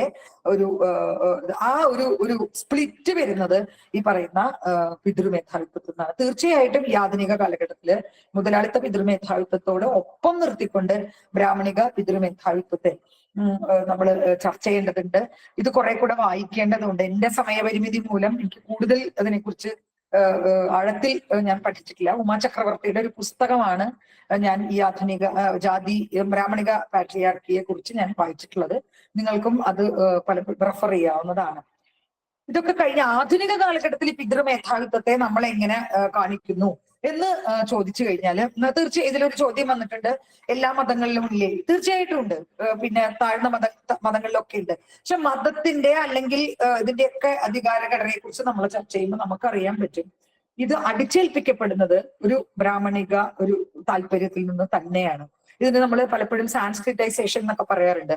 മതത്തിന്റെ ജാതിയുടെ ഒരു സ്വഭാവം തന്നെ ഇതിൽ മുകളിലേക്ക് പോവുകയും ഏറ്റവും വലിയ അല്ലെങ്കിൽ ഏറ്റവും അംഗീകാരമുള്ള പ്രിവിലേജ്ഡ് ആയിട്ടുള്ള ഒരു മതത്തിന്റെ സ്വഭാവത്തിലേക്ക് മറ്റു മതഘടനകളും കൂടെ എത്തിച്ചേരുകയും ചെയ്യുക എന്നുള്ളത് മതത്തിന്റെ ഹൈറാർക്കിയുടെ ശ്രേണി സ്വഭാവത്തിന്റെ ഏറ്റവും പ്രധാനപ്പെട്ട ഒന്നാണ്. നിങ്ങൾക്ക് അതൊക്കെ നമ്മുടെ കേരള സമൂഹത്തിൽ തന്നെ പരിശോധിച്ചാൽ നമുക്ക് മനസ്സിലാവും. ആദ്യ കാലഘട്ടങ്ങളിലൊക്കെ എന്താ പറയുക, ഇത്രയും ആചാരങ്ങളും ഇത്രയും പിന്നെ ഇൻസ്റ്റിറ്റ്യൂഷണലൈസേഷനും ഒന്നും താഴ്ന്ന ജാതിയിൽ ഉണ്ടായിരുന്നില്ല. അത് തൊഴിലുമായി ബന്ധപ്പെട്ടും പിന്നെ ഞാൻ നേരത്തെ പറഞ്ഞ വിദ്യാഭ്യാസമായിട്ട് ബന്ധപ്പെട്ടൊക്കെ വന്ന ചില സമരങ്ങൾ കൊണ്ടിരുന്നത് ഈ ദളിത് അല്ലെങ്കിൽ താഴ്ന്ന ജാതികളിൽ നിന്നാണെങ്കിൽ ഇന്ന് നോക്കിക്കോളൂ, ബ്രാഹ്മണർ എന്തൊക്കെയാണോ ചെയ്തിരുന്നത് അതിലേക്ക് ഇവര് ചെല്ലാൻ ശ്രമിക്കുന്ന ഒരു രീതിയിലേക്ക്. അപ്പോൾ നമ്മള് ബ്രാഹ്മണിക മേധാവിത്വം അല്ലെങ്കിൽ പിതൃമേധാവിത്വം എന്ന് പറയാൻ കാരണം ഇതിലുള്ള പ്രിവിലേജിനെയാണ് നമ്മൾ ഈ ബ്രാഹ്മണിക എന്ന് നമ്മൾ ഉദ്ദേശിക്കുന്നത്.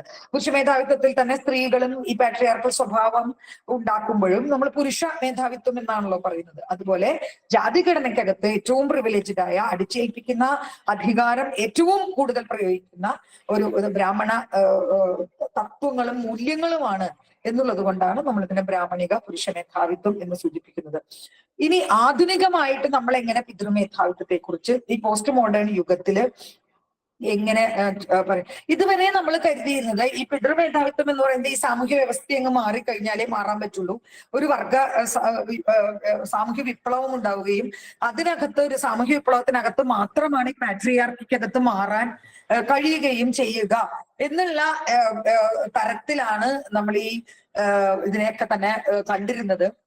എന്നാൽ ആധുനിക പിതൃമേധാവിത്വത്തെ കുറിച്ച് ചർച്ച ചെയ്യുന്ന ആൽഡോ ഫാസിയ അടക്കമുള്ള ആളുകള് സംസാരിക്കുന്നത് ഇത് അചഞ്ചലമായ ഒന്നല്ല എന്നാണ്. പിതൃമേധാവിത്വം എന്ന് പറയുന്നത് അചഞ്ചലമായ ഒന്നല്ല. ഒരു പ്രത്യേക സമയത്താണ് പിതൃമേധാവിത്വം നമ്മുടെ അധികാരഘടനയിൽ വരുന്നത്.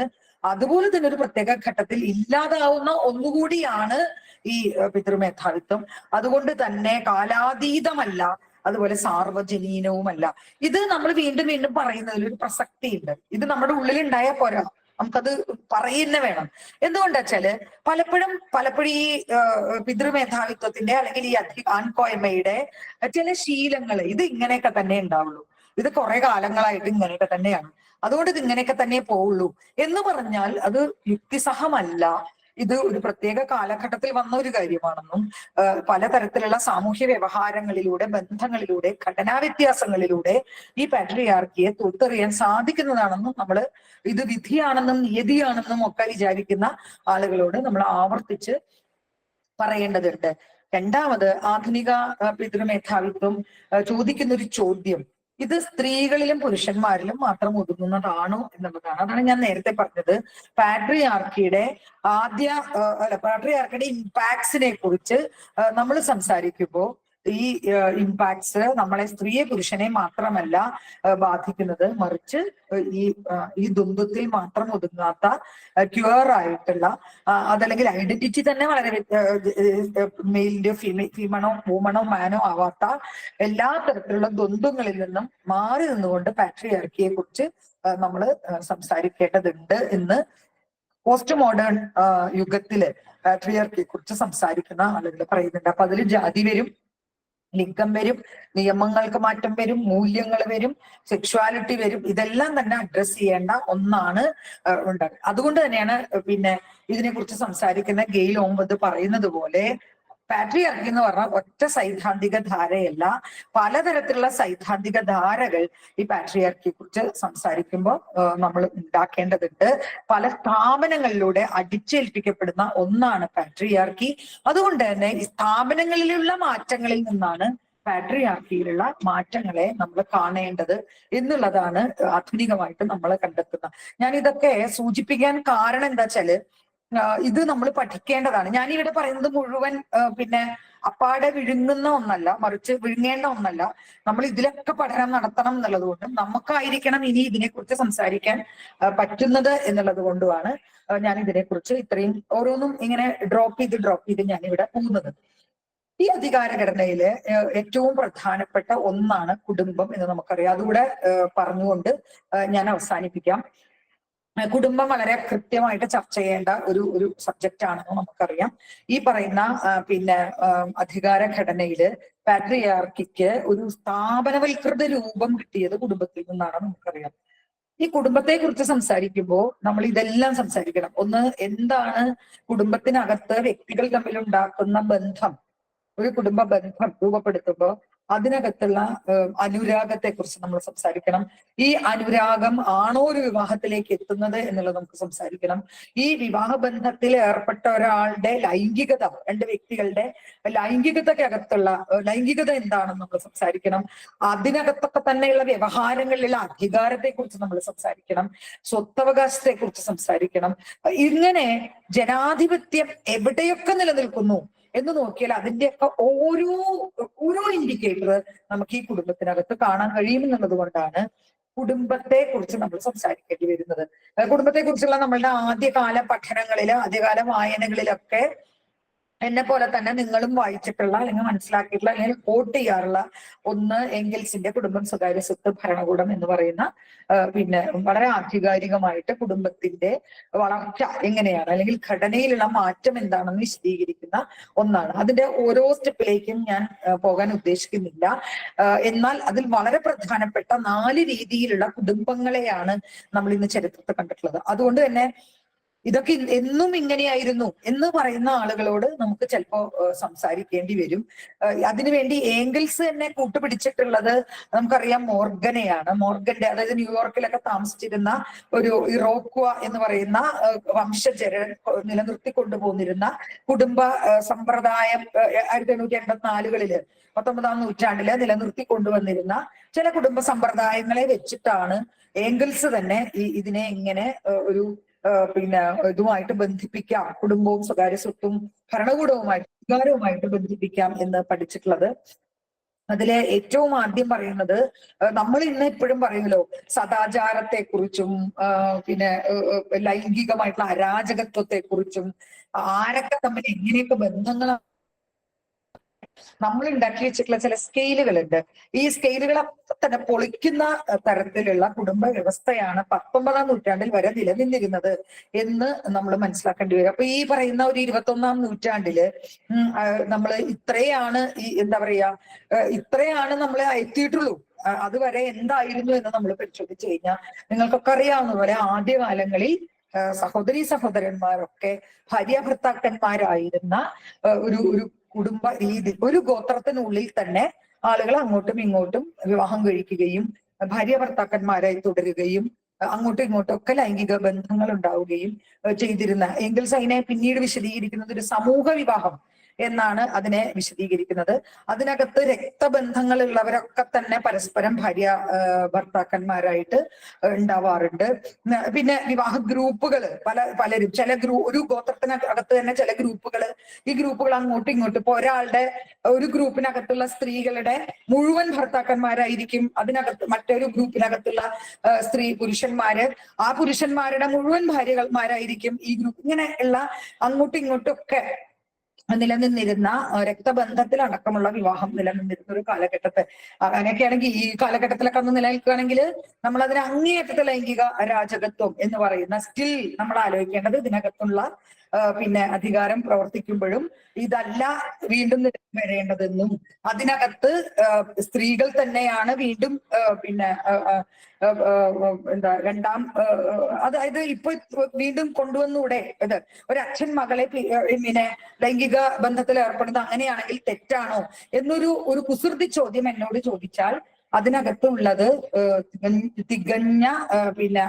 അധികാരമാണെന്നും പിന്നെ ആ കുട്ടിയുടെ കൺസെന്റോട് കൂടിയല്ല ചെയ്യുന്നതെന്നും ഇതല്ല വീണ്ടും നിലനിർത്തി പോരേണ്ടതെന്നും സംസ്കാരം മുന്നോട്ട് പോകുന്നത് എപ്പോഴും കുറെ കൂടെ സിവിലൈസേഷനോട് കൂടിയാണെന്നും തന്നെ നമുക്ക് പറയേണ്ടി വരും. എന്നാൽ ഈ കുടുംബത്തിനകത്ത് നിലനിന്നിരുന്നത് ഇത്തരത്തിലുള്ള രക്തബന്ധത്തിൽ പോലും അടിസ്ഥാനപ്പെടുത്തിയ ബന്ധമാണ്. അതിൽ നിന്ന് ഈ സമൂഹ വിവാഹത്തിൽ നിന്നാണ് പിന്നീട് ഈ രക്തബന്ധത്തിലുള്ള വിവാഹം അത്ര ഒരു സുഖല്യ എന്ന് വ്യക്തികൾക്ക് തോന്നുകയും ഇത് ഗണങ്ങളായിട്ട് വിഭജിച്ചിട്ട് ഒരു ഗണത്തിൽ നിന്നുള്ള, അപ്പോ ഒരു അച്ഛന്റെ എല്ലാ ആൺമക്കളും പെൺമക്കളും ഒരു ഗണത്തിനകത്താവുകയും മറ്റൊരു മാതാപിതാക്കന്മാരുടെ ആളുകൾ വേറൊരു ഗണത്തിനകത്താവുകയും അങ്ങനെ ഗണങ്ങളെ 2-3 ഗണങ്ങളായിട്ട് മാറുകയും രക്തബന്ധത്തെ ഒഴിവാക്കിക്കൊണ്ട് പരസ്പരം വിവാഹം കഴിക്കുകയും ചെയ്യുന്ന ഒരു രീതിയിലേക്ക് ഈ നമ്മളൊക്കെ പറയുന്ന പലപ്പോഴും എംഗൽസ് വിശദീകരിച്ചിട്ടുള്ളത് പോലെ ഒരു ഉറ്റ ചങ്ങാതി അല്ലെങ്കിൽ പങ്കാളി എന്ന് മാത്രമേ അർത്ഥമുള്ളൂ. അതിൽ ഒരാൾന്നില്ല. പിന്നെ അങ്ങനത്തെ ഒരു ഗണത്തിനകത്തുള്ള, ഞാൻ നേരത്തെ പറഞ്ഞ പോലെ ഒരു ഗണത്തിനകത്തുള്ള ഒരു വ്യക്തിയുടെ ഭർത്താക്കന്മാരായിരിക്കാം മറ്റുള്ളവരൊക്കെ. അങ്ങനെ ചില നിയമങ്ങൾ ഉണ്ടെങ്കിൽ പോലും നമ്മൾ ഇന്ന് കാണുന്ന തരത്തിലല്ലാത്ത ഒരു ഗണ സ്വഭാവത്തോടു കൂടിയുള്ള പുനലുവാൻ എന്ന് പറയുന്ന ഒരു കുടുംബം നിലനിന്നിരുന്നത് നമുക്കറിയാം. അതിൽ നിന്നും മാറിയിട്ടാണ് യുഗ്മ കുടുംബത്തിലേക്ക് നമ്മൾ വരുന്നത്. അപ്പോ കിരാതത്വം കാടത്വം എന്നൊക്കെ പറയുന്ന ചരിത്രപരമായിട്ടുള്ള പരിണാമത്തെ വിശദീകരിക്കാറുള്ള സാമൂഹ്യ ശാസ്ത്രത്തിൽ അല്ലെങ്കിൽ ചരിത്രത്തിൽ വിശദീകരിക്കാറുള്ള അതിന്റെ ഒരു ഘട്ടത്തിനകത്താണ് ഈ പറയുന്ന ഞാൻ ആദ്യം പറഞ്ഞ സമൂഹ വിവാഹമോ ഗോത്രവിവാഹമോ ഒക്കെ തന്നെ നിലനിൽക്കുന്നത്. ഇതിൽ നിന്ന് നമ്മളൊക്കെ സൂചിപ്പിക്കാറുള്ള ഉൽപാദന ബന്ധങ്ങൾക്കകത്ത് മാറ്റം വരികയും പിന്നെ ഞാൻ നേരത്തെ സൂചിപ്പിച്ച എല്ലാ കാര്യത്തിലും മാതൃദായക്രമമാണ്. കാരണം ബഹുഭാര്യത്വവും ബഹുഭർത്തൃത്വവും നിലനിൽക്കുന്ന ഒരു ഘടനയ്ക്കകത്ത് ഒരിക്കലും ആരാണ് അച്ഛൻ എന്ന് നമുക്ക് തീർച്ചപ്പെടുത്താൻ പറ്റില്ല. അതുകൊണ്ട് തന്നെ ഇപ്പൊ ഒരു പലപ്പോഴും വിവാഹമോചനങ്ങൾ വളരെ ഈസിയാണ്. കാരണം ഇഷ്ടംപോലെ ഭാര്യമാരുണ്ട്, ഇഷ്ടംപോലെ ഭർത്താക്കന്മാരുണ്ട്, അല്ലെങ്കിൽ ലൈംഗിക ബന്ധങ്ങളുണ്ട്. അതിനകത്ത് എന്തെങ്കിലും ഒരു ഇത് വന്നാൽ അത് നമുക്ക് ഡിവോഴ്സിന് യാതൊരു ബുദ്ധിമുട്ടും ഇല്ലാത്ത ഒരു ഘടനയ്ക്കകത്ത് ഡിവോഴ്സ് ചെയ്യപ്പെട്ടാൽ കുട്ടികൾ എന്ത് ചെയ്യും എന്നുള്ളൊരു പ്രശ്നം അന്നും ഉണ്ട്. അങ്ങനെയുള്ള സമയത്ത് അമ്മമാർ ആരാണെന്ന് മാത്രമേ കുട്ടികൾക്ക് അറിയുള്ളൂ എന്നുള്ളത് കൊണ്ട് അമ്മമാരുടെ ഗണം ഏതാണോ അല്ലെങ്കിൽ അമ്മമാരുടെ ഗോത്രം ഏതാണോ അതിലേക്ക് തന്നെയാണ് വീണ്ടും കുട്ടികൾ പോകുന്നത് എന്നുള്ളത് കൊണ്ട് ഒരു മാതൃതായ ക്രമം തന്നെയാണ് ഇന്ന് നിലനിന്നിരുന്നത്. എന്നാൽ അതിൽ നിന്ന് മാറിക്കൊണ്ട് ഈ കൃഷി വികസിക്കുന്നു.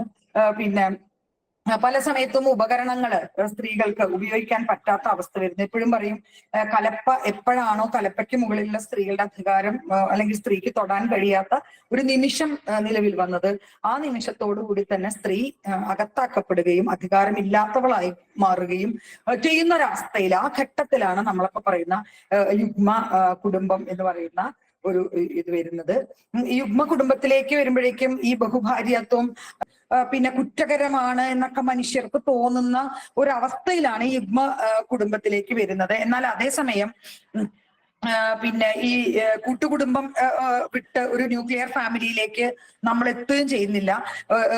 മാതൃതായ ക്രമത്തിൽ നിലനിന്നുകൊണ്ടുള്ള ഒരു കൂട്ടുകുടുംബ വ്യവസ്ഥയിൽ തന്നെ നിലനിൽക്കുകയും തറവാട് എന്ന് പറയുന്നത് സ്ത്രീകളുടെ തറവാടായിട്ട് തന്നെ മാറുകയും ചെയ്യുന്ന ഒന്നാണ്. പക്ഷെ ആ സമയത്താണ് ഈ സ്വകാര്യ സ്വത്തിന്റെ ആവിർഭാവം ഉണ്ടാവുന്നതും സ്വകാര്യ സ്വത്തിന്റെ ഭാഗമായിട്ട് പിന്നെ ഈ പലപ്പോഴും ഒരു വിധേയത്വം, സ്ത്രീയുടെ ഒരു വിധേയത്വം പുരുഷന് കീഴിലായിട്ട് നിലനിർത്തുന്ന ഒരു കാര്യം വരുന്നതും. അപ്പോൾ ഇതുവരെ പിന്നെ ബഹുഭർത്തൃത്വം അല്ലെങ്കിൽ ബഹുഭാര്യത്വം നിലനിന്നിരുന്ന സമയത്ത് ഒരു പിന്നെ എന്താ പറയാ വ്യഭിചാരം, അല്ലെങ്കിൽ പിന്നെ കുത്തഴിഞ്ഞ ഇതെന്നൊക്കെ പറയുന്ന ലൈംഗികത എന്നൊക്കെ പറയുന്ന ഒരു കാര്യം അന്ന് നമുക്ക് അല്ലെങ്കിൽ രഹസ്യമായിട്ട് ഇത് നിലനിർത്തേണ്ട ഒരു രഹസ്യ വേഴ്ച ഇതൊന്നും വേണ്ടിയിരുന്നില്ല. പക്ഷെ യുഗ്മ കുടുംബം വരുമ്പോഴേക്കും പിന്നെ ഈ പറയുന്ന ആളുകൾ തമ്മിലുള്ള പിന്നെ അതെ, ഇപ്പൊ ഈ ചോദ്യം ചോദിച്ചിട്ടുണ്ട് രക്തബന്ധമുള്ളവരെ എന്തുകൊണ്ടാണ് ഒഴിവാക്കിയെന്ന് വെച്ചാൽ പ്രകൃതി നിർദ്ധാരണ സിദ്ധാന്തം വന്നതോടുകൂടി തന്നെയാണ്. അതായത് രണ്ട് വ്യക്തികൾ തമ്മിലുള്ള ലൈംഗിക ബന്ധത്തിനകത്തുണ്ടാകുന്ന കുട്ടിക്ക് പ്രശ്നങ്ങൾ ഉണ്ടാകുന്നുണ്ട് എന്നുള്ള, അതുകൊണ്ട് തന്നെ പ്രകൃതി നിർദ്ധാരണം എന്ന് പറയുന്ന സിദ്ധാന്തം വെച്ചിട്ട് തന്നെയാണ് രക്തബന്ധമുള്ള വിവാഹത്തിൽ നിന്ന് മറ്റൊരു വിവാഹത്തിലേക്ക് അല്ലെങ്കിൽ ലൈംഗികതയിലേക്ക്, വിവാഹം എന്ന് പറഞ്ഞാൽ ബേസിക്കലി അന്ന് ലൈംഗികത എന്ന് തന്നെയാണ് അഡ്രസ് ചെയ്തിരുന്നത്. പക്ഷെ അന്ന് അതുവരെ നിലനിന്നിരുന്ന ദേവദാസി സമ്പ്രദായം, അതല്ലെങ്കിൽ ഈ നമ്മളൊക്കെ പറയാറുള്ള ഈ പിന്നെ പുരുഷന്മാരുടെ പലതരത്തിലുള്ള വളരെ സ്വതന്ത്രമായിട്ടുള്ള ലൈംഗിക വീഴ്ച തുടങ്ങിയിട്ടുള്ള കാര്യങ്ങള് സ്ത്രീകള് അവരുടെ ഈ പ്രത്യേക ഘട്ടത്തിലാണ് ഇതിന്റെ ഒരു പ്രത്യേക രീതിയിലുള്ള ഒരു സദാചാര ബോധം വരുന്നതും ഒരു പുരുഷനിലെ വിധേയയാകുന്നതാണ് കുറെ കൂടെ നല്ലത് എന്ന് തോന്നുന്ന ഒരു അവസ്ഥ സ്ത്രീകൾക്ക് വരികയും ചെയ്യുന്നത്. അതിനൊരു ഉദാഹരണം ഈ യുഗ്മ കുടുംബത്തിൽ എംഗൽസ് പറയുന്നത്, ഈ ബാബിലോണിയ എന്ന് പറയുന്ന രാജ്യത്ത് ഒരു സ്ത്രീ വിവാഹം കഴിക്കുന്നതിന് മുൻപ് ഒരു ക്ഷേത്രത്തിൽ പോയി, വർഷത്തിൽ ഒരു മൈലിത്ത എന്ന് പറയുന്ന ക്ഷേത്രത്തിൽ പോയിട്ട് പിന്നെ വർഷത്തിൽ ഒരിക്കൽ സ്വയം കാഴ്ചവെക്കും. അങ്ങനെ സ്വയം കാഴ്ചവെച്ചതിന് ശേഷമാണ്, അതായത് താൻ ദേവദാസി ആവുക എന്നുള്ളത് അന്നൊരു ഒരു ഉത്തരവാദിത്വമാണെന്നുള്ളൊരു തോന്നലാണ് സ്ത്രീകൾക്ക് ഉണ്ടായിരുന്നുകൊണ്ട് തന്നെ അതിനോട് വെറുപ്പ് അല്ലെങ്കിൽ ഇഷ്ടമില്ലായ്മ തോന്നുമ്പോൾ പോലും ഇതൊരു കടമയാണെന്നുള്ള രീതിയിൽ ആ അമ്പലത്തിൽ പോയിട്ട്, ആ ഒരു ക്ഷേത്രത്തിൽ പോയിട്ട് അത് കാഴ്ചവെച്ചതിന് ശേഷമാണ് ഈ വിവാഹബന്ധത്തിലേക്ക് കടക്കുന്നത് എന്നുള്ളത് പറയുന്നുണ്ട്. അതുകൊണ്ട് തന്നെ ബഹോവനൊക്കെ കണ്ടെത്തുന്നത് ഈ പറയുന്ന പിന്നെ അല്ലെങ്കിൽ പരിവർത്തനത്തിന്, യുഗ്മ കുടുംബത്തിന് പരിവർത്തനത്തിന് കാരണം പലപ്പോഴും സ്ത്രീകൾക്ക് തന്നെ ഈ തരത്തിലുള്ള ഒരു പരുവപ്പെട്ട് വന്നിരുന്നു. ഈ പരുവപ്പെടലിന് കാരണം ഈ സ്വത്തും അതുപോലെ തന്നെ പിന്നെ പുരുഷന്മാരുടെ പിന്നെ കൂടുതൽ പുറത്തുള്ള ഇടപെടലുകളും സ്ത്രീകളുടെ അകത്താക്കപ്പെടലും ഒക്കെ തന്നെ ഇതിന്റെ കാരണമായിരിക്കാം.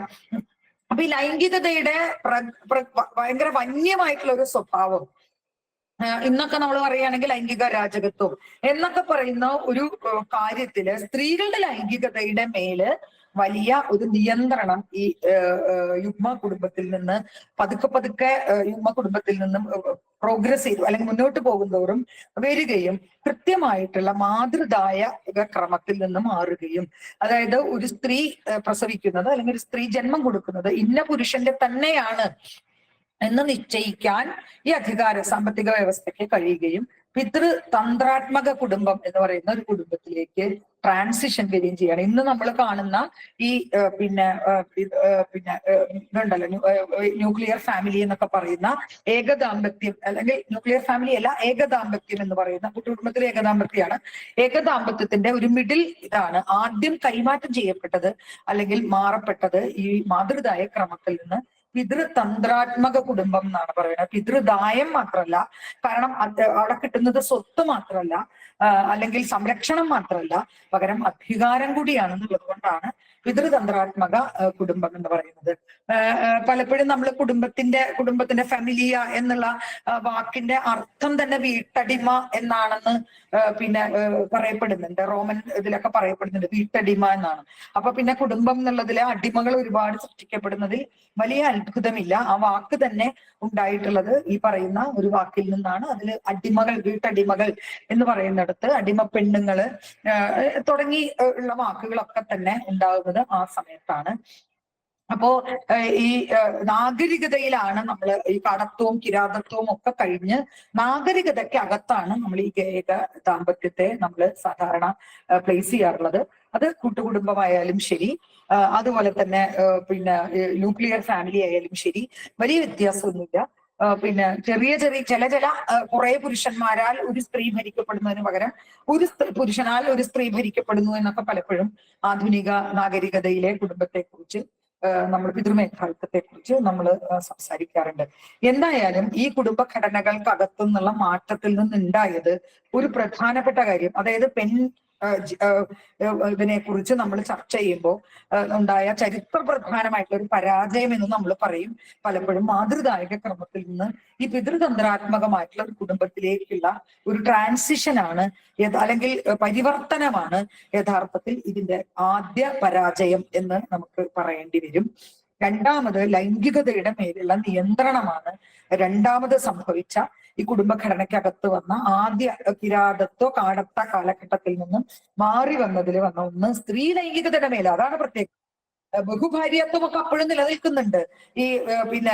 ഈ പാട്രിയാർക്കിയുടെ ഏറ്റവും പ്രധാനപ്പെട്ട ഒന്ന് പറയുന്നത്, സൈദ്ധാന്തികര് പറയുന്നത് ദായകക്രമം, വെപ്പാട്ടി സമ്പ്രദായവും അടിമ പെണ്ണുങ്ങളും ഒക്കെ ഉണ്ടായിട്ടുള്ളത്. ഇതൊക്കെ തന്നെ ഈ ഏകദാമ്പത്യത്തിലെ ചില പ്രത്യേകതകളാണ്. വ്യഭിചാരം, വെപ്പാട്ടി പെണ്ണുങ്ങള്, അതുപോലെ തന്നെ ഈ അടിമ പെണ്ണുങ്ങൾ എന്നൊക്കെ പറയുന്ന വാചകങ്ങളൊക്കെ തന്നെ ഈ പറയുന്ന ലൈംഗികത, ഈ പാട്രിയാർക്കിയുടെ ഈ സ്വഭാവത്തിൽ നിന്ന് വന്നിട്ടുള്ള ഒന്നാണ്. ഏകദാമ്പത്യത്തിലും ഇതൊക്കെ തന്നെ നിലനിൽക്കുന്നുണ്ടെന്നും ഉള്ളത് നമുക്കറിയാവുന്നതാണ്. മറ്റൊരു ഈ കുടുംബത്തിന്റെ ഒരു പ്രത്യേകത വന്നത് എന്താ വെച്ചാല്, ഈ വെപ്പാട്ടിയും വ്യഭിചാരവും ഒക്കെ, വെപ്പാട്ടി എന്നുള്ള വാക്ക് ഇപ്പൊ നമ്മൾ ഉപയോഗിക്കാൻ പാടില്ലെന്നാണ്. പക്ഷെ ആ ഒരു ഘടനയ്ക്കകത്ത് പറയുന്ന ഒരു കാര്യത്തിലാണ് നമ്മൾ ഈ വാക്ക് ഉപയോഗിക്കുന്നത്. ഇതൊക്കെ തന്നെ നിലനിൽക്കുമ്പോൾ ഭാര്യ അല്ലെങ്കിൽ കൂടെ ജീവിക്കുന്ന ഒരു വ്യക്തി എന്ന് പറയുന്നത് സന്താനോൽപാദനത്തിന് മാത്രമായിട്ടുള്ള ഒരു വ്യക്തിയായിട്ട് മാറുകയും, സന്താനോൽപാദനം കഴിഞ്ഞാൽ ഒരു ഗൃഹപരിചാരികയായിട്ട് അവർ മാറുകയും ചെയ്യേണ്ട അവസ്ഥ. ഇത് നമ്മുടെ കുടുംബക്രമത്തിൽ മാത്രമല്ല, പിന്നീട് പല തത്വചിന്തകരും അതുപോലെ ഗാന്ധിജി അടക്കം ആദ്യ കാലഘട്ടങ്ങളിൽ പറഞ്ഞിരുന്ന ഒരു സ്ത്രീ എന്ന് പറയുന്നത് സന്താനോൽപാദനത്തിനാണ് ലൈംഗികത നടക്കേണ്ടതെന്നും പിന്നീട് അവരൊരു മറ്റൊരു തരത്തിലുള്ള ബന്ധങ്ങളിലേക്കാണ് പോകേണ്ടതും എന്നൊക്കെ പല ആളുകളുടെ ഉള്ളിലും ഇപ്പോഴും ഉള്ള ഒരു കാര്യമാണ്. പക്ഷെ അവിടെയൊക്കെ നിയന്ത്രിക്കപ്പെടുന്നത് അല്ലെങ്കിൽ നഷ്ടപ്പെടുന്നത് സ്ത്രീയുടെ ലൈംഗിക തൃഷ്ണയാണ്, അല്ലെങ്കിൽ സ്ത്രീകളുടെ ലൈംഗികതയ്ക്ക് മേലാണ് എന്നുള്ളതാണ്. പിന്നെ വ്യക്തിഗത ലൈംഗികതയ്ക്ക് യാതൊരു പ്രാധാന്യമില്ലാത്ത വിധത്തിൽ, അത് എംഗൽസ് തന്നെ പറയുന്നുണ്ട്, ഏറ്റവും ആദ്യത്തെ ചൂഷണം സംഭവിക്കുന്നത് കുടുംബത്തിനകത്താണെന്നും. അവിടെ പറയുന്നതന്നെ സന്താനോൽപാദനത്തിനായി സ്ത്രീയും പുരുഷനും തമ്മിൽ നടത്തുന്ന പ്രവൃത്തി വിഭജനമാണ് ലോകത്തിലെ ആദ്യത്തെ പ്രവൃത്തി വിഭജനം. ഞാൻ ഇതിന്റെ കൂടെ ഒരു കാര്യം കൂടെ കൂട്ടിച്ചേർക്കും. ചരിത്രത്തിലെ ആദ്യത്തെ വർഗവൈരുദ്ധ്യം ഏകദാമ്പത്യത്തിൽ സ്ത്രീയും പുരുഷനും തമ്മിൽ ഉണ്ടാകുന്ന വൈരുദ്ധ്യവുമായും, വർഗപരമായ ആദ്യത്തെ മർദ്ദനം സ്ത്രീയുടെ മേൽ പുരുഷൻ നടത്തുന്ന മർദ്ദനവുമായും ഒത്തുപോകുന്നതാണ് എന്ന് എംഗൽസ് തന്നെ ഈ കാര്യം ഇതില് സൂചിപ്പിക്കുന്നുണ്ട്. അതുകൊണ്ട് തന്നെ ഇതൊരു വ്യക്തിഗതമായിട്ടുള്ള ലൈംഗികതയ്ക്കോ വ്യക്തിഗതമായിട്ടുള്ള താല്പര്യങ്ങൾക്കോ യാതൊരു തരത്തിലുള്ള പ്രാധാന്യമില്ലാത്ത ഒന്നാണ്. പെണ്ണിനു മേൽ ആണിന്റെ കേവലമായ ആധിപത്യമാണ് ഇവിടെ നടക്കുന്നത് എന്ന് നമുക്ക് പറയേണ്ടി വരും. പിന്നെ ഇതില് പരസ്പര അനുരാഗത്തോടു കൂടിയുള്ള വിവാഹം എന്നൊക്കെ നമ്മളിപ്പോ പറയുന്ന സമയത്ത് എവിടെയാണ് ഈ വിവാഹത്തിനകത്തുള്ള പരസ്പര അനുരാഗം എന്നുള്ളത് നമ്മൾ തീർച്ചയായിട്ടും ചർച്ച ചെയ്യപ്പെടേണ്ടി വരും. ആ പരസ്പര അനുരാഗത്തെ കുറിച്ചോ പരസ്പരനെ കുറിച്ചോ പറയുന്ന സമയത്ത് നമ്മൾ ആലോചിക്കുക, അനുരാഗമില്ലെന്ന് മാത്രമല്ല ഒരു കാലഘട്ടത്തിലെ ആഭിജാത്യത്തിന്റെ പേരിൽ നടത്തിയിരുന്ന ഒരു പിന്നെ ബന്ധം, ഒരു ലൈംഗികത അല്ലെങ്കിൽ വിവാഹബന്ധം ഇപ്പൊ നടക്കുന്നത് തീർച്ചയായിട്ടും സൗകര്യാർത്ഥമായിട്ടുള്ള വർഗ ഘടനയ്ക്കനുസരിച്ചുള്ള ഒരു ബന്ധമാണ് എന്ന് നമുക്ക് പറയേണ്ടി വരും. അപ്പോ പണ്ട് അഭിജാത്യത്തിന്റെ പേരിലാണ് വിവാഹങ്ങൾ നടന്നിരുന്നതെങ്കിൽ ഇന്ന് തീർച്ചയായിട്ടും വർഗം, ജാതി, പിന്നെ ഇങ്ങനെയുള്ള എല്ലാ പ്രിവിലേജസിനെയും, എല്ലാ ഇന്റർസെക്ഷണൽ ആയിട്ടുള്ള പ്രിവിലേജസിനെയും മാച്ച് ചെയ്തുകൊണ്ടുള്ള ഒരു സമൂഹത്തില് ആണ് നമ്മൾ ജീവിക്കുന്നതെന്നും അവിടെ പരസ്പര അനുരാഗം ഇല്ല എന്നും നമ്മൾ പറയേണ്ടി വരും. അപ്പോ ഫ്യൂരി എന്ന് പറയുന്ന തത്വചിന്തക പറഞ്ഞതുപോലെ ഒരു രണ്ട് മൈനസ് തമ്മിൽ ചേർന്നാൽ ഒരു പ്ലസ് ആവും എന്ന് നമ്മൾ പറയുന്ന ഇതുള്ളത് പോലെ ശരിക്കും പറഞ്ഞാൽ രണ്ട് വ്യഭിചാരങ്ങൾ ചേർന്ന് ഒരു ചരിത്രത്തെ സൃഷ്ടിച്ചെടുക്കുകയാണ് ഇന്ന് നടക്കുന്ന പിന്നെ ആധുനിക കുടുംബത്തിനകത്ത് നടക്കുന്നത് നമുക്ക് പറയേണ്ടി വരും. കാരണം പരസ്പര അനുരാഗമൊന്നും ഇല്ലാതെ ഒരു തീരുമാനത്തിന്റെ പുറത്ത്, ഒരു കോൺട്രാക്ടിന്റെ പുറത്ത് രണ്ടുപേര് ലൈംഗിക ബന്ധത്തിൽ ഏർപ്പെടുമ്പോൾ അത് വ്യഭിചാരമായിട്ട് അല്ലെങ്കിൽ ഇതായിട്ട് കാണുകയും പിന്നെ എംഗൽസിലേക്ക് പരിമിതപ്പെടുത്തുകയല്ല, ഞാൻ അതിലേക്ക് വരുന്നേ ഉള്ളൂ. എംഗൽസിനെ കുറിച്ച് പറയാതെ, എംഗൽസിനെ കുറിച്ച് പറഞ്ഞുകൊണ്ട് തന്നെയാണ് ഏത് സൈദ്ധാന്തികരും കുടുംബത്തെ നിർവചിച്ചിട്ടുള്ളത്. അതുകൊണ്ട് ഞാൻ എംഗൽസിലേക്ക് പരിമിതപ്പെടുത്തുന്നില്ല. എംഗൽസിനെ പറയാതെ പറയാൻ കഴിയും. ഈ ഫ്യൂരി എന്ന് പറയുന്നതൊന്നും എംഗൽസ് പറഞ്ഞിട്ടുള്ള കാര്യങ്ങളല്ല. ഫ്യൂരിയെ പറയുന്ന ഒരു കാര്യം, രണ്ട് വ്യഭിചാരങ്ങൾ തമ്മിലുള്ള ചേരുമ്പോൾ അതൊരു ചാരിത്രമായി മാറുന്നു എന്നുള്ളതാണ് ഇന്ന് നമ്മുടെ സമൂഹത്തിനകത്ത് അല്ലെങ്കിൽ കുടുംബത്തിൽ സംഭവിക്കുന്നത് എന്നുള്ളതാണ്. ഉഭയ സമ്മതമില്ലാത്ത വർഗവിവാഹങ്ങളാണ് നടക്കുന്നത്. പിന്നെ കുടുംബം ആദ്യകാലങ്ങളിലെ മറ്റു കുടുംബങ്ങളിലൊക്കെ തന്നെ ഞാൻ നേരത്തെ സൂചിപ്പിച്ച യുഗ്മ കുടുംബം വരെയുള്ള കുടുംബങ്ങളിലൊക്കെ തന്നെ ഒരു പൊതു എന്നുള്ള ഒരു കണ്ടന്റ് അല്ലെങ്കിൽ ഒരു പൊതു എന്ന് പറയുന്ന ഒരു സ്വഭാവം അവിടെ ഉണ്ടായിരുന്നെങ്കിൽ ഏകദാമ്പത്യ കുടുംബവും ആധുനിക കുടുംബവും ആകുമ്പോഴേക്കും ഇതൊക്കെ തന്നെ ഒരു സ്വകാര്യ സേവനമായിട്ട്, സ്ഥാപനമായിട്ട് ഒക്കെ തന്നെ കുടുംബത്തെ മാറ്റുന്നു എന്നുള്ളത് ആധുനിക വ്യക്തിഗത കുടുംബത്തിലൊക്കെ തന്നെ നമുക്ക് കാണാൻ കഴിയും. ഈ മെമ്പൊടി ആയിട്ട് ഈ സെക്സ് വർക്കും അല്ലെങ്കിൽ ലൈംഗിക പിന്നെ എന്താ പറയുക ആവശ്യങ്ങളെ നേടിയെടുക്കലും ഒക്കെ തന്നെ നടക്കുകയും ചെയ്യും. എംഗൽസ് പറഞ്ഞ ചില കാര്യങ്ങളിൽ നമുക്കുണ്ടായിട്ടുള്ള ഒന്ന് രണ്ട് നമുക്കെന്നല്ല പിന്നീട് വന്ന സൈദ്ധാന്തികരായിട്ട് പല അഭിപ്രായ വ്യത്യാസങ്ങളും എംഗൽസിനോട് ഉണ്ടായിട്ടുണ്ട്. കാരണം എംഗൽസ് എപ്പോഴും ഒരു കുടുംബ താല്പര്യത്തെ ഭരണകൂടമായിട്ടും രാഷ്ട്രീയ തൊഴിൽ ആയിട്ടും വർഗ ഇതുമായിട്ടും മാത്രമാണ് എംഗൽസ് ഇതിനെ സൂചിപ്പിച്ചിരുന്നത്. എന്നാൽ ഈ ഉടമ്പടികളൊക്കെ ഒരു ഏത് തരത്തിലുള്ള സ്വാതന്ത്ര്യത്തെയാണ് ഖണ്ഡിച്ചിരുന്നത് എന്ന് എംഗൽസിന് പല സമയത്തും വിശദീകരിക്കാൻ സാധിച്ചിട്ടില്ല. മുതലാളിത്ത ഉൽപാദനത്തിന് അല്ലെങ്കിൽ മുതലാളിത്ത ഘടനയ്ക്ക് സാമൂഹ്യ വ്യവസ്ഥയ്ക്ക് അറുതി വരുന്നതോടുകൂടി ഈ പരിപൂർണമായിട്ടുള്ള വിവാഹ സ്വാതന്ത്ര്യം കിട്ടും എന്നുള്ള അല്ലെങ്കിൽ ലഭിക്കും എന്നുള്ള, സ്ത്രീകൾക്കാകട്ടെ പുരുഷന്മാരാകട്ടെ മറ്റു വ്യക്തികൾക്കാകട്ടെ കിട്ടും എന്നുള്ളത് ഒരു ധാരണയാണ് എംഗൽസ് ഉടനീളം പിന്നെ പറഞ്ഞുകൊണ്ടിരുന്നത്. പിന്നെ പുരുഷ മേധാവിത്വത്തെ കുറിച്ച് പിന്നെ ആ വാക്കിൽ കൂടെ അല്ലെങ്കിലും എക്സ്പ്ലോയിറ്റേഷൻ എന്നുള്ള അല്ലെങ്കിൽ ചൂഷണം എന്നുള്ളൊരു വാക്ക് ഉപയോഗിച്ചിട്ടുണ്ടെങ്കിലും പുരുഷാധിപത്യത്തിന് നമ്മൾ നേരത്തെ പറഞ്ഞ ആധുനിക പാട്രിയാർക്കിയുടെ, ബ്രാഹ്മണിക് പാട്രിയാർക്കിയുടെ ഒക്കെ തന്നെയുള്ള സാധ്യതകളെ കുറിച്ച് പറയാനായിട്ട് പറ്റിയിരുന്നില്ല. തുടർന്നുള്ള കുടുംബത്തിന്റെ സ്വഭാവം എന്താണെന്ന് എംഗൽസിനോട് ചോദിക്കും. പക്ഷെ എംഗൽസ് കണ്ട ഏറ്റവും നല്ലൊരു സംഭവം എന്താ വെച്ചാല് തുടർന്നുള്ള കുടുംബത്തിന്റെ സ്വഭാവം ഇന്നതായിരിക്കും എന്ന് എംഗൽസ് പറഞ്ഞിട്ടില്ല. അതായത് ഒരു സോഷ്യലിസ്റ്റ് സാമൂഹ്യ വ്യവസ്ഥയില്, ഒരു കമ്മ്യൂണിസ്റ്റ് സാമൂഹ്യ വ്യവസ്ഥയില് എന്തായിരിക്കും, ഭരണകൂടം ഇല്ലാത്തൊരവസ്ഥയില് എന്തായിരിക്കും കുടുംബത്തിന്റെ സ്വഭാവം എന്ന് എംഗൽസ് പറഞ്ഞിട്ടില്ല. അത് അതാത് സമയത്ത് അതിന്റെ ഘടന നിശ്ചയിക്കപ്പെടും എന്നാണ് പറഞ്ഞിട്ടുള്ളത്. അപ്പൊ അതിനോടൊപ്പത്തിൽ പ്രധാനപ്പെട്ട ഒരു വിമർശനം എന്ന് പറയുന്നത് ലൈംഗികത ഒരു പ്രധാനപ്പെട്ട വിഷയമായിട്ട് എംഗൽസിനെ ചർച്ച ചെയ്യാൻ പറ്റിയില്ല എന്നുള്ളതാണ്. അത് എംഗൽസിനെ മാത്രമല്ല, പിന്നീട് ക്ലാര സെറ്റ്കിൻ ലെനിനുമായിട്ട് നടത്തിയിട്ടുള്ള ആ ചർച്ച നിങ്ങൾ പലരും വായിച്ചിട്ടുള്ളതായിരിക്കും. സ്ത്രീകളുടെ വിമോചനത്തെ പറ്റി എന്ന് പറയുന്ന ഒരു ചർച്ചക്കകത്ത് പലപ്പോഴും ഈ ലൈംഗികത ഒരു വിഷയമാക്കാൻ ക്ലാര സെറ്റ്കിൻ ശ്രമിക്കുമ്പോൾ അപ്പോഴൊക്കെ തന്നെ ഇത്ര വലിയ ഒരു കാര്യം ചർച്ച ചെയ്യുന്ന സമയത്ത്, വലിയ സാമൂഹ്യ വിപ്ലവത്തെ കുറിച്ച് ചർച്ച ചെയ്യുന്ന സമയത്ത് ആണോ നിങ്ങളുടെ ഈ വളരെ നിസ്സാരമായിട്ടുള്ള ഈ ലൈംഗികതയെ കുറിച്ച് നിങ്ങൾ ചർച്ച ചെയ്യുന്നത് എന്ന് ലെനിൻ ചോദിക്കുന്ന ഒരു അവസ്ഥ ഉണ്ടായിട്ടുണ്ട്. അതിനെ തിരുത്തുന്നുണ്ട് പിന്നീട് ക്ലാര സെറ്റ്കിൻ. പലപ്പോഴും പല രീതിയിൽ സംസാരിച്ചുകൊണ്ട് ലെനിനെ തിരുത്താനൊക്കെ ക്ലാര സെറ്റ്കിൻ ശ്രമിക്കുന്നുണ്ട്. ഇത് ലെനിന്റെ ഉള്ളിൽ ഉണ്ടാകാനുള്ള കാരണം തന്നെ ഈ പറയുന്ന ഇതിൽ നിൽക്കുന്നത് കൊണ്ടാണ്. തൊഴിലാളി വർഗ ഭരണകൂടം വരുന്നതോടുകൂടി കുടുംബത്തിന്റെ അകത്തുള്ള എല്ലാ സ്വാതന്ത്ര്യവും നിലനിൽക്കും എന്ന് തിരിച്ചു പിടിക്കാൻ കഴിയും എന്നുള്ളൊരു ധാരണ ഉള്ളതുകൊണ്ടാണ്. സ്വയം സമർപ്പിക്കുക എന്നുള്ള വാക്കൊക്കെ പലപ്പോഴും ഇവർ ഉപയോഗിക്കുന്നുണ്ട്. ഈ സ്വയം സമർപ്പിക്കുക എന്ന് പറയുന്ന വാക്കുകളൊക്കെ തന്നെ നമ്മൾ പറയുന്ന ഒരു പ്രത്യേക തരത്തിലുള്ള പാട്രിയാർക്കിയുടെ വാക്കുകളാണെന്ന് നമുക്കറിയാം. അതുപോലെ തൊഴിൽ വിഭജനത്തെ, പിന്നെ വീട്ടുവേലയെ കുറിച്ച് പറയുന്ന സമയത്തും വീട്ടുവേലയ്ക്ക് ആവശ്യമായ കൂലിയെ കുറിച്ചോ, പാട്രിയാർക്കി ഉണ്ടാക്കിയ വീട്ടമ്മ തൊഴിൽ ചെയ്യുന്ന സ്ത്രീ എന്ന് പറയുന്ന വിഭജനത്തെ കുറിച്ചോ ഒന്നും കാണാൻ തന്നെ, അത്തരത്തിലുള്ള അധീശത്വ വിധേയത്വ ബന്ധങ്ങളെ കാണാൻ ഈ പറയുന്ന നമ്മൾ നേരത്തെ സൂചിപ്പിച്ച ഒരു കുടുംബഘടനയുടെ ചരിത്രത്തെ കുറിച്ച് പറയുമ്പോൾ സാധിച്ചിട്ടില്ല. വിപ്ലവാനന്തര സോഷ്യലിസ്റ്റ് സമൂഹം എങ്ങനെയായിരിക്കും? നമ്മളുടെ ഈ അടുത്ത കാലത്ത് വിപ്ലവാനന്തര സോഷ്യലിസ്റ്റ് സമൂഹം 2-3 നമ്മള് വളരെയധികം ചർച്ച ചെയ്യുന്ന രാജ്യങ്ങളിലടക്കം നമുക്കറിയാം എന്താണ് സംഭവിച്ചതെന്ന്. അവർക്ക് ഈ പാട്രിയാർക്കിയെ ആ രീതിയിൽ അഡ്രസ് ചെയ്യാൻ കഴിഞ്ഞിട്ടില്ല എന്നുള്ളത് നമ്മുടെ മുന്നിലുള്ള തെളിവുകളാണ്.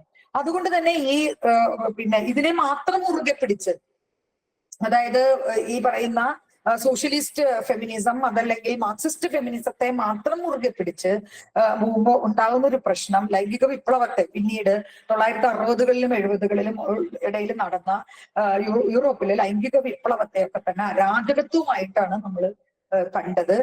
പിന്നെ എന്താണ് ഒരു സ്ത്രീയുടെ അല്ലെങ്കിൽ പാർശ്വവൽക്കരിക്കപ്പെട്ടവരുടെ ലൈംഗിക സ്വാതന്ത്ര്യം എന്ന് പറയാനായിട്ട് സാധിക്കാത്ത ഒരവസ്ഥ, അതിനെ എങ്ങനെ സൈദ്ധാന്തവൽക്കരിക്കണമെന്ന് പറയാൻ കഴിയാത്തൊരവസ്ഥ വരുന്ന സമയത്താണ് സെക്കൻഡ് വേവ് ഫെമിനിസം നമ്മുടെ അടുത്ത് വരുന്നതും. സെക്കൻഡ് വേവ് ഫെമിനിസം ആണ് പിന്നീട് ഈ സ്വതന്ത്ര ലൈംഗികതയെ കുറിച്ചൊക്കെ തന്നെ സംസാരിക്കുന്നത്. ഇതിനൊരു റാഡിക്കൽ സ്വഭാവം ഉണ്ടായിരുന്നു എന്ന് നമുക്കറിയാം. നമ്മളൊരു ഫെമിനിസത്തെ കുറിച്ച് ചർച്ച ചെയ്യുമ്പോൾ ഏത് ഫെമിനിസത്തെ നമ്മൾ കൂട്ടുപിടിക്കണം എന്ന് ഉള്ള ഒരു കർശനമായിട്ടുള്ള ഒരു നിലപാടല്ല നമുക്ക് ആവശ്യം എന്നാണ് എനിക്ക് തോന്നാറുള്ളത്. ഈ പലതരത്തിലുള്ള ഫെമിനിസങ്ങൾക്കകത്തുള്ള ജനാധിപത്യ സ്വഭാവത്തെ, അധികാര ഘടനയ്ക്കെതിരായിട്ടുള്ള സംസാരത്തെ ഒക്കെ തന്നെ ഉൾപ്പെടുത്തിക്കൊണ്ടുള്ള ഒരു ഫെമിനിസ്റ്റ് നിലപാടാണ് നമ്മുടെ ഇന്ത്യൻ ജനാധിപത്യ സമ്പ്രദായത്തിനകത്ത് നിന്നുകൊണ്ട് നമ്മൾ സ്വീകരിക്കുക. അതുകൊണ്ട് നിങ്ങളൊരു സോഷ്യലിസ്റ്റ് ഫെമിനിസ്റ്റ് അല്ലേ, നിങ്ങളൊരു മാർക്സിസ്റ്റ് ഫെമിനിസ്റ്റ് അല്ലേ, നിങ്ങളൊരു പോസ്റ്റ് മോഡേൺ ഫെമിനിസ്റ്റ് ആണോ, അഥവാ നിങ്ങളൊരു റാഡിക്കൽ ഫെമിനിസ്റ്റ് ആണോ എന്നൊക്കെ ചോദിക്കുമ്പോൾ ഈ പറഞ്ഞ ഫെമിനിസങ്ങൾക്കകത്തുള്ള സാധ്യതകളെയെല്ലാം പ്രയോഗപ്പെടുത്തിക്കൊണ്ടുള്ള ഒരു പാട്രിയാർക്കിയെയാണ് നമ്മുടെ ഫെമിനിസത്തിനകത്ത് നിന്നുകൊണ്ട് നമ്മൾ ചർച്ച ചെയ്യേണ്ടത്. സ്വതന്ത്ര ലൈംഗികതയെ കുറിച്ച് ചർച്ച ചെയ്യുമ്പോഴാണ് പിന്നെ എന്ത് വരുന്നത്, പിന്നെ ഈ പേഴ്സണൽ ഈസ് പൊളിറ്റിക്കൽ എന്ന് പറയുന്ന ഒരു വ്യക്തിത്വത്തിലേക്ക് അല്ലെങ്കിൽ ഒരു ആശയത്തിലേക്ക് നമ്മൾ വരുന്നത്. കരോൾ ഹാനിഷ് എന്ന് പറയുന്ന ഒരു ഫെമിനിസ്റ്റ് ആണ് ഈ പേഴ്സണൽ ഈസ് പൊളിറ്റിക്കൽ എന്ന് പറയുന്ന ആശയത്തിലേക്ക് നമ്മളെ കൊണ്ടുവന്നത്. അപ്പോ ഞാൻ നേരത്തെ സൂചിപ്പിച്ചതുപോലെ ഇവിടെ പലരും ചാറ്റിൽ ചോദിച്ചതുപോലെ ഒരു പ്രത്യേക പിന്നെ ഇതിൽ തന്നെ നിലനിന്നുകൊണ്ട് ഇന്നതാണ് കുടുംബത്തിനകത്ത് അധികാര ഘടന വർക്ക് ചെയ്യുന്നതെന്നും അങ്ങനെയാണ് പാട്രിയാർക്കി ഉണ്ടായതെന്നും നമ്മൾ വാദിക്കേണ്ടതില്ല.